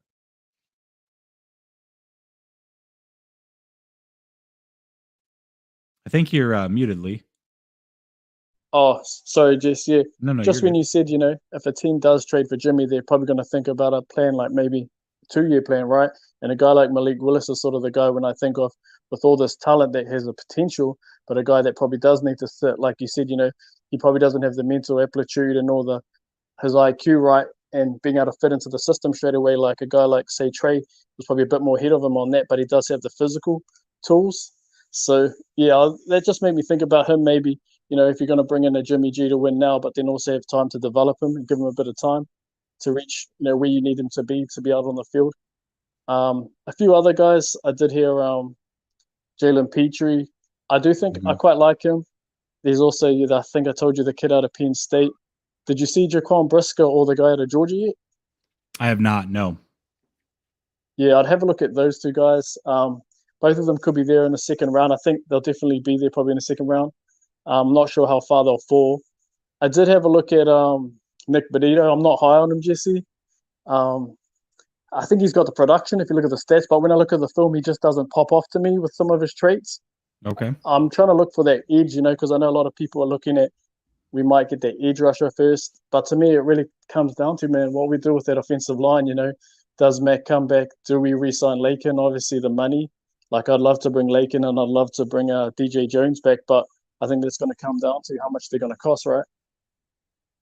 Yeah, of course. I mean, some of these players might price themselves out, and I did say early on. I mean, there's guys that I would obviously like to bring back, but at the same time, there's a core that this team has that is that as long as it's in place, and it will be for quite some time, the other ancillary pieces can go. Like, if they lost Lakin Tomlinson or DJ Jones, I wouldn't be happy about it, but like I wouldn't panic about it either, right? Like, this pretty much everybody that's there right now that's a free agent, if they lose them, they can replace them. Every single one of them, I believe. So I'm not panicking this offseason. Last offseason, I think it was much bigger. Obviously, I don't want to be in a situation where they replace 4 out of 5 offensive linemen. That's not ideal with a quarterback coming in his second year. But outside of that, I mean, I think they're going to be fine no matter who they lose, to be real with you. Yeah, I think I'd just be a little tad worried if we lost Lakin and we lost Mac. Mac's the big Mac, one. Now that's the big one. I agree with you on that. Yes.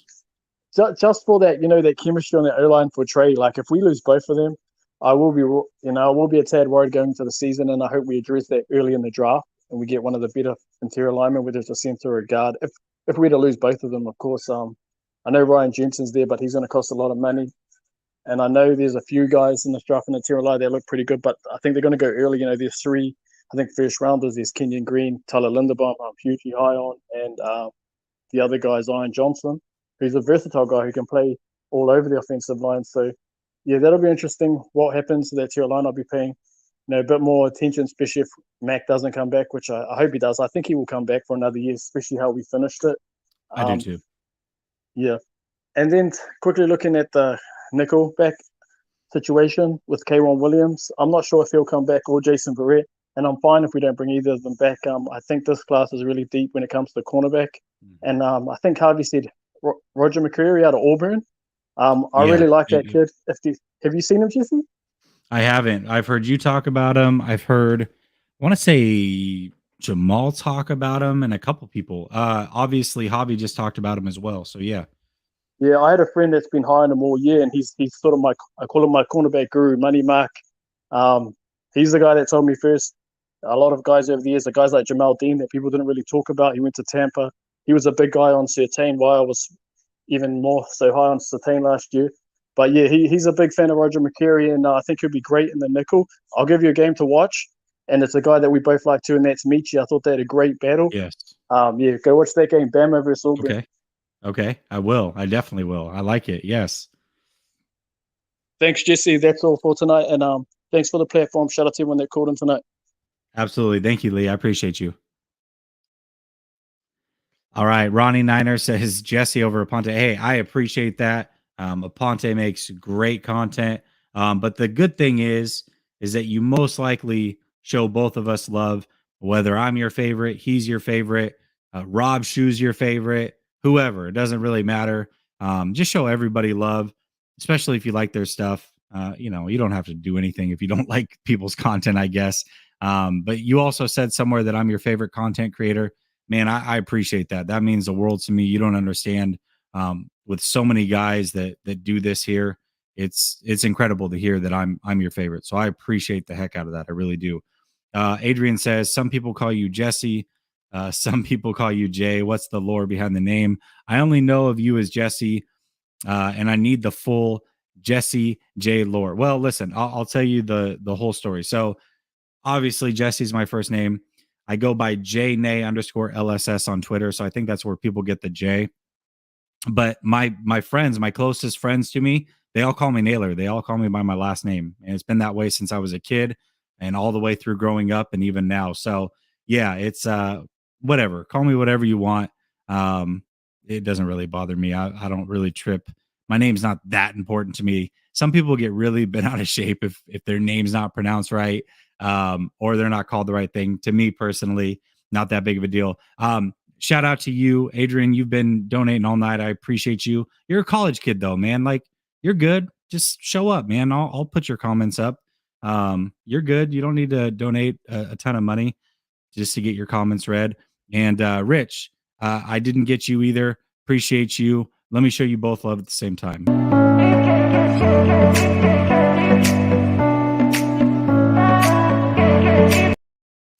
All right, I got a couple left. Waruna, coming to you, man. What's up? I know you're trying to unmute. I just totally surprised you. Unmute. How are you, Jesse? I'm doing good, man. I'm doing really good. How you been, man? We haven't talked for a little bit. I see you're doing a good job of trolling on Twitter. I like some of the tweets you're throwing out. Good stuff. I enjoy it. I'm kind of mad because when people throw out this stuff, that's why I wanted to talk about today, especially with this Jimmy stuff right now. Yeah.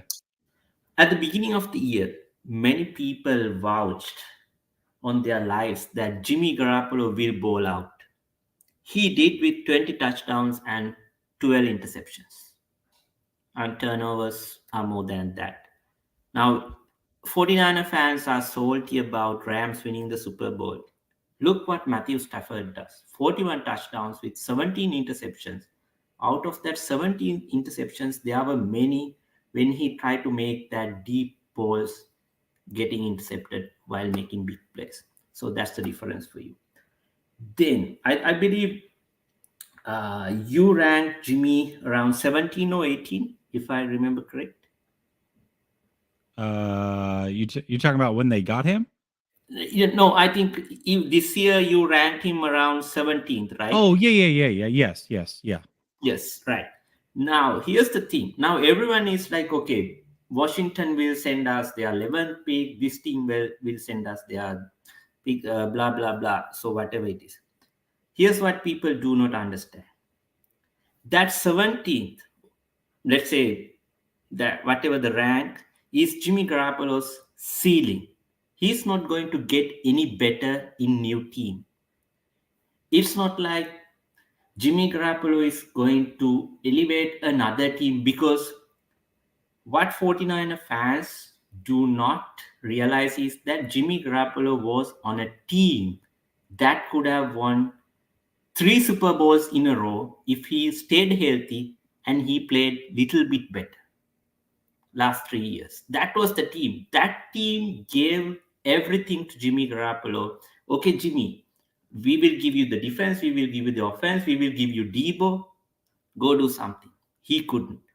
So when the next team gets Jimmy Garoppolo, most probably you will see Garoppolo moving down from that 17th, probably into early 20s. That's what I do believe. Because otherwise, let's say he goes to Washington. I know Ron Rivera is a good coach, but do you think, apart from their quarterback, let's remove the quarterbacks for a moment, Washington quarterback and 49er quarterback, do you think rest of the team is better than 49ers, Washington? No, definitely not. Right? So that's the problem. So definitely that team is not going to miraculously pop up and go to playoffs and win some playoff games. Because remember, making playoffs even in NFC is not easy, because 49ers had to fight really hard until the 18th week just to get their 10th win with Jimmy Garoppolo to get into the playoffs. We were lucky we made that far to the NFC Championship game. So that's what we have to think about when we are coming up with crazy theories. Washington will send us that first round pick and whatnot, because Jimmy Garoppolo does not have that, whatever the value that he can elevate a team in terms of real results. I mean, people talk about his intangibles, whatnot, everything, but for a quarterback, at the end of the day, you have to show something which is tangible. That's what Matthew Stafford did. That's what all other quarterbacks did who make it to deep into the playoffs. Now, since people said Jimmy Garoppolo would bowl out at the beginning of the year, did not happen. Now they are saying Kyle Shanahan's offense is really complex. He will bowl out in next team. I can tell one thing that will going to happen. The names of the receivers that Jimmy Garoppolo is going to miss, that's the thing is going to change. It won't be Kittle anymore. It won't be Debo, Ayuk. It will be another set of receivers. So just want to get that out there, because that's why, I'm kind of crawling out there on Twitter just to make sure people see the reality, just the truth, just to throw the truth out there, because I'm sick and tired of seeing people making Jimmy Garoppolo for what he is not. I agree with you, man. But here's the flip side of that. Washington plays in a much worse division than the NFC West. Like, the NFC East is up for grabs at all times. I feel like that defense can keep them in a lot of games. I could see why Ron Rivera would want him at least to hitch his wagon to him, hoping that maybe they can get into the playoffs. So I could see that scenario. But you're right, nothing's a given for sure. I mean, they could trade for Jimmy and get fired because they don't make the playoffs. So I'm with you, man. I don't think there's any sure thing, and I certainly don't think that there's a first round pick to be had. And I'll happily be wrong about that. And I think you would too. I have a real hard time seeing it. I do. Yeah, I'll just finish off this point, because this year I learned that there are certain things that you should not believe until it happens. One thing is that Jimmy Garoppolo is ball out. Other thing is that Cowboys are a good football team until they prove me wrong. Cliff Kingsbury is a good coach until he proves me wrong. I'm not going to believe he's a good coach. There are certain things now I learned this year that you have to wait and see until it happens. So otherwise, I want to believe that I am right on that particular point. Yeah, that's fair. I mean, you reserve the right until proven otherwise. So I'll say that you definitely are entitled to your opinion. Yes.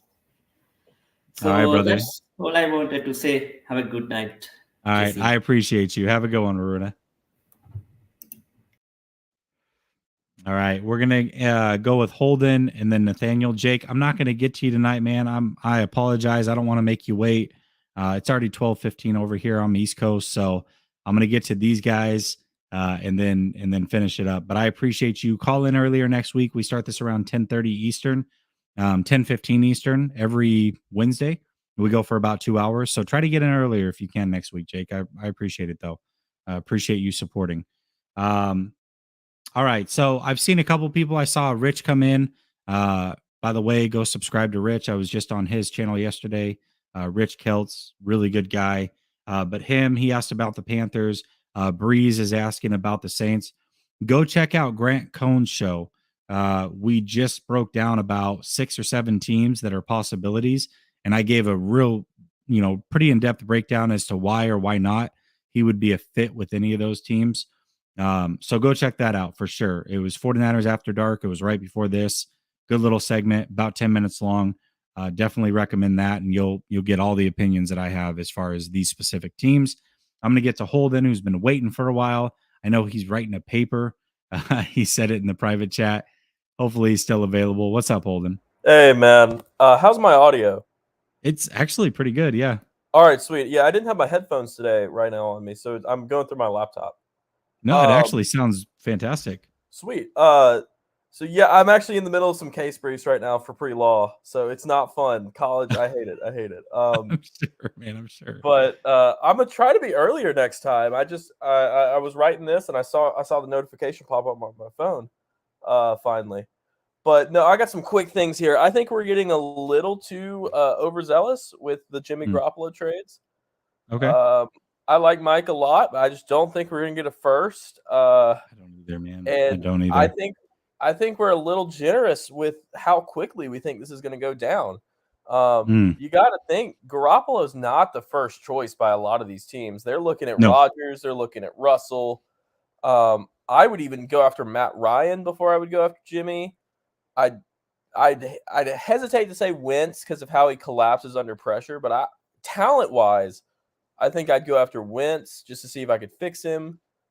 There's a lot of dominoes that have to fall before we're getting anything on Jimmy is my issue with it.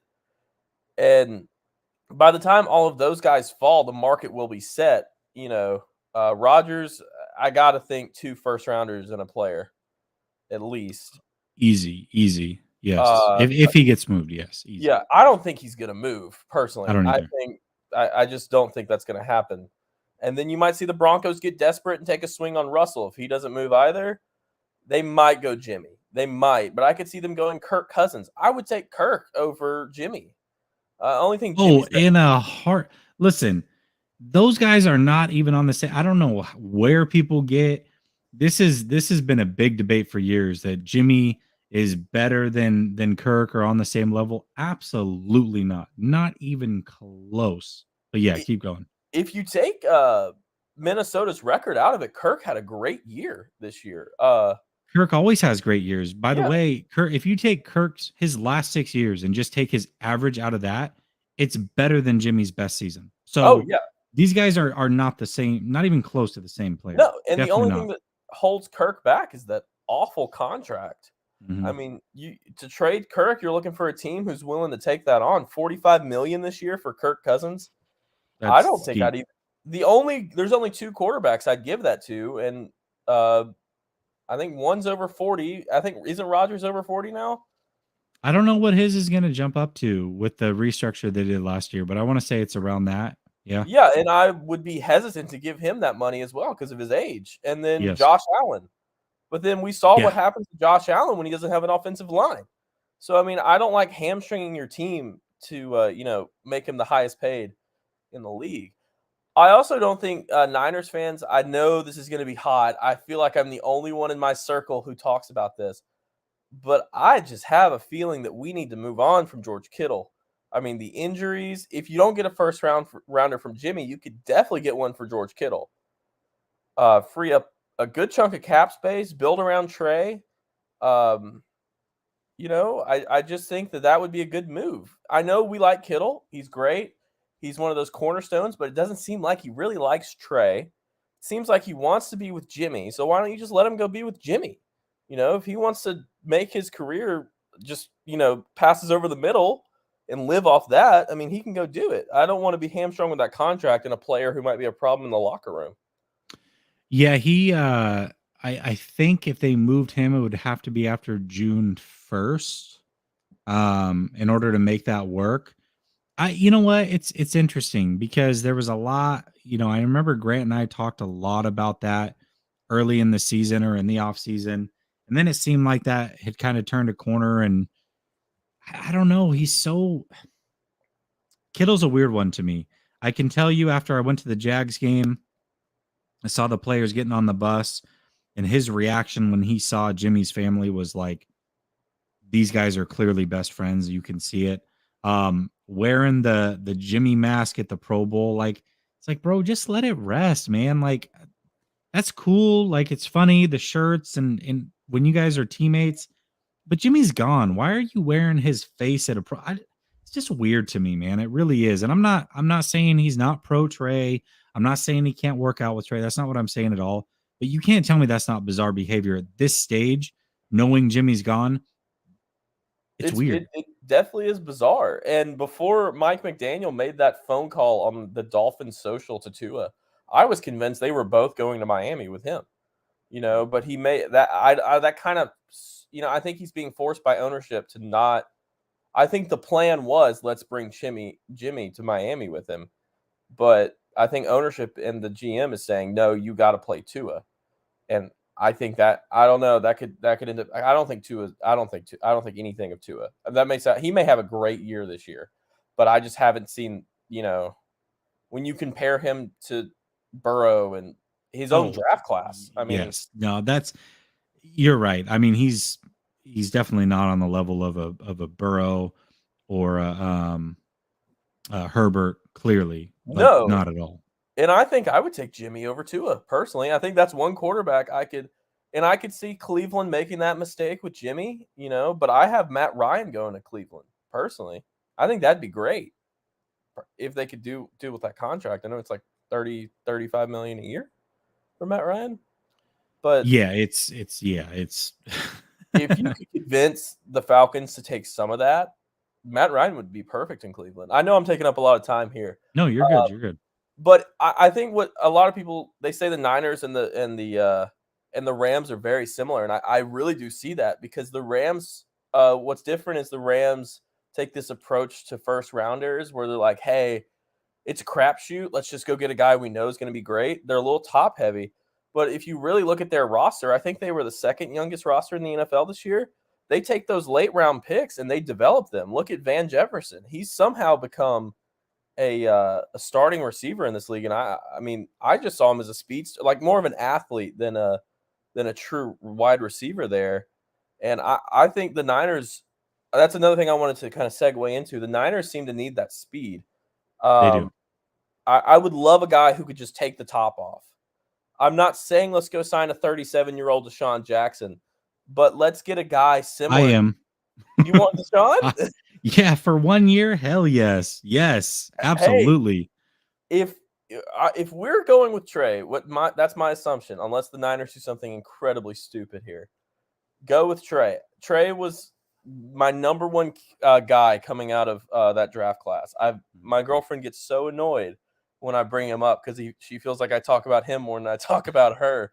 But I was so high on him because he takes care of the ball. But not only that, he's not like, Kirk takes care of the ball, but he doesn't have the tools that Trey has. So if you can maximize that talent with his ability to protect that football, I mean, having that deep threat to take the top off, especially in Kyle's offense, could be amazing. And you saw what he did with Atlanta in 2015 when he had, Julio in his prime, arguably, to be able to take the top off with Matt Ryan, and if Trey could be, and I don't think a lot of Niners fans are seeing this who love Jimmy. They're like, Jimmy's guaranteed winning, but if you look at his stats this year, can Trey not do that? Can Trey not, hand off 40 times a game for that Rams game? Can Trey not, take these easy throws that Jimmy's getting? I mean, I think they go about it a different way, but I think the production definitely could be there. Yes, of course. Yeah, I mean, he could probably match or better that. I think we're in the Super Bowl this year with Trey. I know that's weird with a rookie quarterback, but I don't think it's that hot of a take. I don't, because think about it like this. So remember, this team started 3-5. Yes. So if Trey had started from week 1, chances are they could have probably been at 3-5-ish. As he gets better throughout the year, he starts to elevate, right? Like Jimmy was always going to be the same player. If they somehow get into the playoffs and have 17 games under his belt, imagine how much better of a player he is in week 17 versus week 1. We saw it from game to game. Not only game to game, though, Holden, we saw it play to play and drive to drive. So you're telling me this kid from week 1 to week 17 wouldn't be a completely different player? If you have that guy going into the playoffs, I feel like they're a lot more dangerous. Oh, yeah. And I like Kyle. I think Kyle's a great head coach. I think he's a great coach in general. I've always liked that hire. But, I mean, he just seems so stuck in, hey, I've got to be right. I've got to be right. Like McVay was willing to give that up. McVay tried with Goff, paid him the money, and said, hey, I just can't win with him, and went with Stafford. I mean, he gave up the farm for Stafford, and it ended up working out. I think acknowledging that mistake, and it just doesn't seem like Kyle can do that. And I think if he would have done that, we would be in, I don't know if we win the Super Bowl, but with that defense in Cincinnati, I think I think we win the Super Bowl with Trey, personally. I really do. I think with Kirk Cousins, we win the Super Bowl, personally. Oh, yeah. Yes, they do. Yes. Like, I don't think these other teams, I don't think Pittsburgh wants Jimmy. I don't think Washington wants Jimmy. I mean, Washington's going to draft Corral or Willis. I think they're going to reach for Corral because Willis is they want a guy who can win now. Corral or Ritter are the two that I think can win now. They're the most pro ready. Now you have that injury concern with Corral's ankle from the bowl game. But if you're going to reach on someone who can win now, you know. No, that's a good point. That's a good point. And I see Willis falling to the Steelers, and they might take Jimmy and say, "Hey, develop Willis under him." But I'll let you go. I know I'm going to try to get to the call-in show earlier. It's all good. I have the notifications on. I just never check my phone, so I should be there next time. I have a break coming up, so hopefully within the next. Are you having one in the next week? Another one? Yeah, I'll have one next Wednesday. Okay, yeah, I'll try to be here earlier for that. Maybe have a longer discussion on some things I've been doing with draft wise, but we don't have time for that tonight. But thanks for the call, man. All right, brother. Thank you. Appreciate you. Hey, Eugene. I am gonna finish up with Nathaniel. It's about 12:30 here on the East Coast. Call in next week if you can. I appreciate you, but I don't want to make you wait. All right. All right. Thank you, man. I appreciate you. So I did want to address these comments. Alex and someone else had brought up Grant only reading the money comments. And I just wanted to address this real quick because I think people don't understand that, like, it's really, really hard to go through the comments. Now, for me, you got to remember, like, I peak out like maybe 300 watching. I usually sit around that 70 to like 120. It's a lot easier to manage that. When you have like 1,000+ people watching, these comments go so fast, man. It is so hard to keep up. And I'll be honest with you, when I do shows with Grant, like if I do shows with other people, I look at everybody's comments and try to keep up, and I'll help the host, whoever I'm on with, in bringing these up. When I'm on with Grant, I don't even look at those things. Like, it's too insane. So I know that it may seem that way. I don't think that's his intention for sure. It's just a matter of there's so many comments and there's so many people that are willing to pay, and those comments get highlighted, that's just kind of the route that he has to take. And also you have to remember that, like, this is Grant's full-time gig. So yeah, I mean, he kind of has to be in it for the money, right? Like, that's how he feeds his family. So I just want to provide some context. May or may not change your mind. But it's definitely different being on this side of things. I can tell you that for sure. And why he does what he does.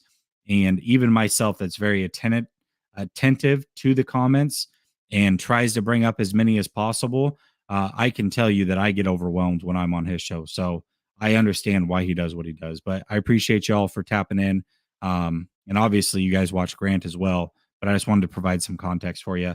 Fossey says, cheers, Jesse. I appreciate the content. Well, I appreciate you for tuning in. I'm going to get to Nathaniel here in a second, but let me show you some love for the donation. Appreciate you.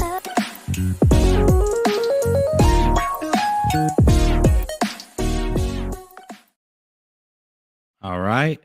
Let me get to Nathaniel and we'll wrap it up. What's up, man? Jesse? What's up?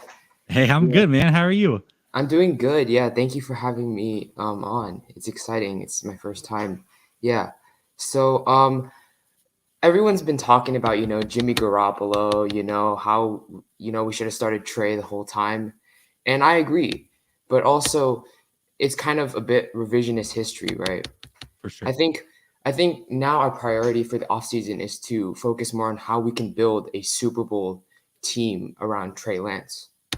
And I've kind of noticed, I guess, the two philosophies in the NFL right now.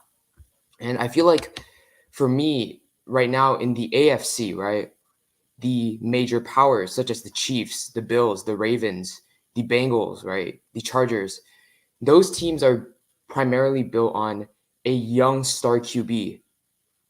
And they load up with young talent to surround that QB, and they build a super team, right, around that QB.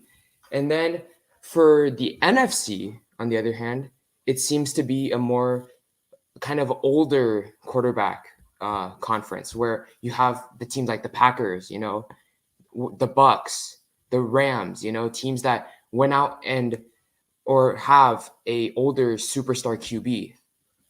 And basically, they kind of splurge using free agency and attract free agents to come because they have a big name QB, right? So I feel like right now for the Niners, they should try to emulate the kind of strategy that teams like the Bengals or the Chiefs have been using. And for me, what it is like the Chiefs, right? They've basically built a very explosive offense, and they've had an opportunistic defense. And I know you've said it many times before, where you believe that a Super Bowl winning team is a team with a explosive offense and a opportunistic defense. Yes, sir. So I think the Niners have the makings of an explosive offense. So for me, I think to enhance that offense, I would consider drafting or signing a wide receiver this offseason. I think if Christian Watson is there, I would take him just because I think he has the connection with Lance, which would elevate this offense. Because I think it's important for a young QB to have a receiver that he trusts right off the bat. And I think if you notice with all these teams in the AFC, the Chiefs, the Bengals, the Ravens, they all have mediocre O-lines. They don't necessarily have particularly great O-lines. So I feel like for me, I wouldn't re-sign Laken Tomlinson. I wouldn't. I would, because I think the Niners have a guy waiting in the wings, which is Aaron Banks. And I think you can get a good young offensive lineman in the second or third round in the draft with your first pick, in my opinion. Yeah, I think they had a contingency plan in place, and not only with Banks, but I said it earlier in the show that when they drafted Jalen Moore, they said that he was supposed to play right guard. Like that's what they said. That's what Shanahan said once they drafted him. So I think they have a contingency plan there, and it is those two for sure. Let's not forget. Yes, they were trying out Banks at right guard because they needed a right guard starter this last year. Absolutely, but he's better suited for left guard. So I think that they're willing to let him walk. I think they'll try to retain him, but I think that they'll probably get priced out. Miami's a team. The Bengals, you just talked about them. They're a team that can overpay. So I think that Laken's probably gone. I agree with you. And then I think on the defensive side, right, I noticed that also these teams in the AFC, they tend to have more veteran defenses, that are built kind of on, getting those free agents, and are kind of also built a bit more top heavy on their defenses with one or two star players, right? Like for the Chiefs, they're basically built around Chris Jones, Tyrann Mathieu, and you could say Frank Clark, right? Yep. And the rest of those guys are kind of like quote unquote no name guys, lesser known guys, right? And the Ravens are kind of similar in that way as well, where they have like Marlon Humphrey, Calais Campbell, those big names, And I think the Niners have those big names on defense already. I think they have the makings of a perennially elite defense with guys like Bosa, with guys like Fred Warner, with Jimmy Ward, right? And they have position coaches that develop elite positions well, such as Chris Kosterick, who is the defensive line guru, right? So for me, I think it's important to have continuity on our defense. And I think as long as the defense is healthy, it will still be a good defense.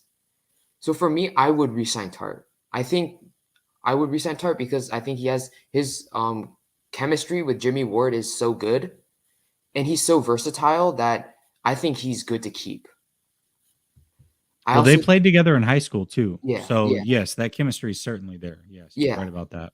I think we should also re-sign either Arden Key or DJ Jones. I would rather sign Arden Key than DJ Jones because Arden Key plays more of a premier position, in my opinion. Yeah, I'm so iffy about all these guys because you mentioned Kosterick. I think that dude's a stud. I feel like he can do it with almost anybody. I mean, he's done it with Amenahu. He did it with Willis. He did it with Hyder. He's done it with Key. Like, I just really feel like, hey, you throw him a guy who's got the physical skills and showed flashes at any level, whether that's college or the NFL, Yeah. that somebody else ruined, let him end up here and he's going to be good. Like, I really feel that way. Honestly, what the Niners are probably going to end up doing, which I wouldn't mind, is they're probably going to let both Arden Key and DJ Jones walk. And then they're probably, by the time the 5th round rolls around, they'll just have a list of 5 guys, right? And they'll show it to Chris Kaserik and say, which guy do you want us to draft? Or which guy do you want us to work with, right? And they'll just get that guy, you know?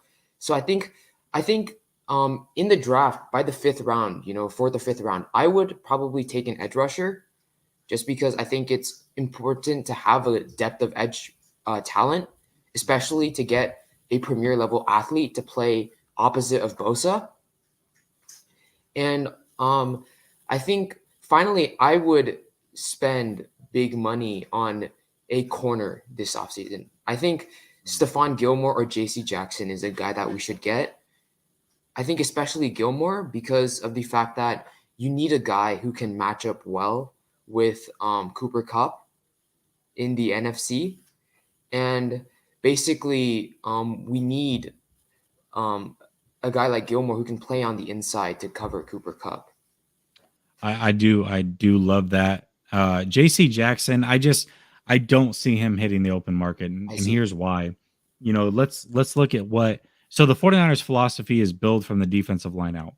Mm-hmm. But you look at the Patriots, they absolutely love their corners. They pay corners, they draft corners, they trade for corners. Mm-hmm. I feel like at the very least they'll franchise JC Jackson. I don't see him getting loose. Now Gilmore can definitely be had. I'm curious to see what he's going to want, but kind of to your point, I feel like they draft defensive line pretty good. I feel like they draft linebackers good. They draft wide receivers good, but offensive line and also cornerback or defensive back, like those are free agent type players. Until you guys prove that you can draft those positions well, I'd rather them spend money there and fill the rest of it through the draft because they can draft those other positions just fine. Yeah, I think the toughest decision for the Niners this offseason will be whether or not to re-sign Laken Tomlinson and whether or not to bring back Jason Verrett, in my opinion. Because I think, like you pointed out, those are 2 positions that they don't draft particularly well. And those are 2 guys that when they're on the field, they are impact players. They definitely play very well. And I think, in my opinion, there's been a lot of talk, about bringing back like Raheem Mostert and Jason Verrett. In my opinion, I would bring both of them back. I think Mostert is probably one of the top maybe 5 most explosive players in the NFL. Oh, easy. Offense. Yeah. He's amazing in my opinion. I love watching him run. And Jason Verrett, we know, is a top 10 corner when he's healthy. So I feel like, and the thing is, I don't think there's going to be that much, like people aren't going to pay them that much on the open market. So you could get them for like a prove it deal, or something like that. I would watch out for Miami when it comes to Mostert. Yeah. I could see them definitely bringing him over. Verrett, yes. I think Verrett they can get for peanuts if that's what they I think Verrett, I think they should definitely keep him. And just one last thing before I leave. So yesterday I was listening to Jason Aponte's show. I think he was on Rob Shu's show, and he brought up 3 free agents that we should sign, right? And I think the first one was the running back from the Chargers. I don't remember his name, but is Jackson? Yeah, that guy. Yeah. And I wasn't a big fan of that idea. And then the second guy I think was some safety, something like that. But then the third guy he brought up I thought was an interesting idea. And what he suggested was OJ Howard from the Buccaneers. Yeah. OJ Howard. Yeah, go ahead. Because I feel like he is a guy who has the athleticism. He's kind of been buried on the depth chart behind Gronk and Cameron Brate, right? So I think if you were to bring in a guy like OJ Howard, you add more weapons to an arsenal with Trey Lance, right? And you add another explosive element to the team, which is always good, I feel like. Well, let me throw another one out to you, Evan Ingram. Yeah, I think I might want OJ Howard over Evan Ingram. I feel like Evan Ingram's kind of a meme now. He's just like, because he drops like a ton of passes and stuff. But I don't know. He does. But another Yeah. athletic guy that's kind of Yes, underperformed, you could get for pretty Yeah. cheap, just kind of along the same lines. But yeah, I'd be cool with either one. You know, when I look at running back and replacing Mostert's explosiveness, I don't know how much he'll cost. I definitely wanted him to be signed last offseason, and he sat around for so long, and I was hoping they would get him. Cordell And then Patterson. I got confirmation, or Shanahan gave us confirmation that Yeah. this was a guy that he actually has looked at multiple times. That's Cordell Patterson. Yes, absolutely, absolutely. That would be amazing, but I think he's going to be Yeah. probably a little bit too costly. Yes, of course. I think if you were to like have a choice between getting a guy like Cordell Patterson, right, or signing like some other like tight end or something, I'd actually rather have Cordell Patterson, because I feel like he's a more explosive player, and he's a great insurance for Deebo Samuel. So yeah. Anyways, Yeah, I'm with you. I just think that he had too good of a season, unfortunately, for the Niners to bring him in. So yeah, absolutely. Anyways, thank you for having me on. It was a great experience. Hell of a call, man. Call in every week if you can. That was a great call. Very well thought out. Yeah, thanks for also like having, the opportunity for younger fans like us, like, to call in and share our opinions. Hey, listen, I've talked to I don't know how old you are, but there's a lot of people that I talk to that are much younger, extremely bright. I know when I was young, man, I didn't have this outlet, right? But for me, I just poured through articles and the internet, and I had a notebook just stacked with stats and things I would write down and thoughts that I had. So listen, I mean, when you guys come on and you can articulate the way you do and have thoughts the way that you guys do, it's phenomenal. And it just reminds me of myself when I was younger. So keep it up, man. Call in anytime. Yeah. All right. See ya. All right, man. All right. Let me switch this over real quick. Switch this banner over. You guys got into some real NBA talk over there. I love it. And yeah, I saw you guys talking about the old channel. It was definitely, we were a little bit all over the place. We definitely talked a lot of basketball, football, obviously, MMA. Listen, I can talk it all, but I think the niches and I want to have it centralized. So, going with the 49ers, my co-host covering the Lions, we're going to pretty much stick to that. Every once in a while, you may get something else from us, but I think it's to keep it consistent for the audience. That's the route we've decided to take. But yeah, you guys ever want to talk any sports, by all means, hit me up. I'll talk them all for you guys for sure. But yes, the Lakers should have traded Russ. They did try to trade him to my Portland Trailblazers for CJ McCollum. Portland said hell no to that. Why would they ever want Russ? That would be wild, for sure. Adrian says, appreciate the work that you're doing, man. Up late, working hard. Here's my gas money. Dude, stop. Just stop. I get it. You're in college. Just chill. You're good. You're good. I appreciate you. My gosh. Let me show you some love and we'll get out of here.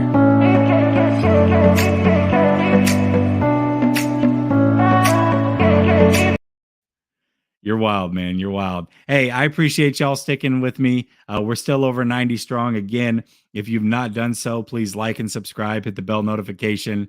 I'll be bringing tons of content to you guys this offseason. I promise you that. And if you're watching on any other platform, come over to YouTube, Last Second Sports, show some love. We appreciate you. Y'all have a great night. Thank you guys for sticking with me. And this channel will be back on tomorrow after the Hammer and Nail show with Jack Hammer. Tomorrow night around 10 p.m. Eastern, me and my co-host Rad, super funny guy, Lions guy, ex-college football player. We're going to chop it up. We're going to do mock drafts. He's going to draft for the Lions. I'm going to draft for the 49ers. Should be a fun time. And we just have a hell of a time. It's like barbershop talk between us. I'm sure we'll get off on some crazy tangents talking about Matt Stafford, who he can't get over. And it'll be a lot of fun. So I appreciate y'all.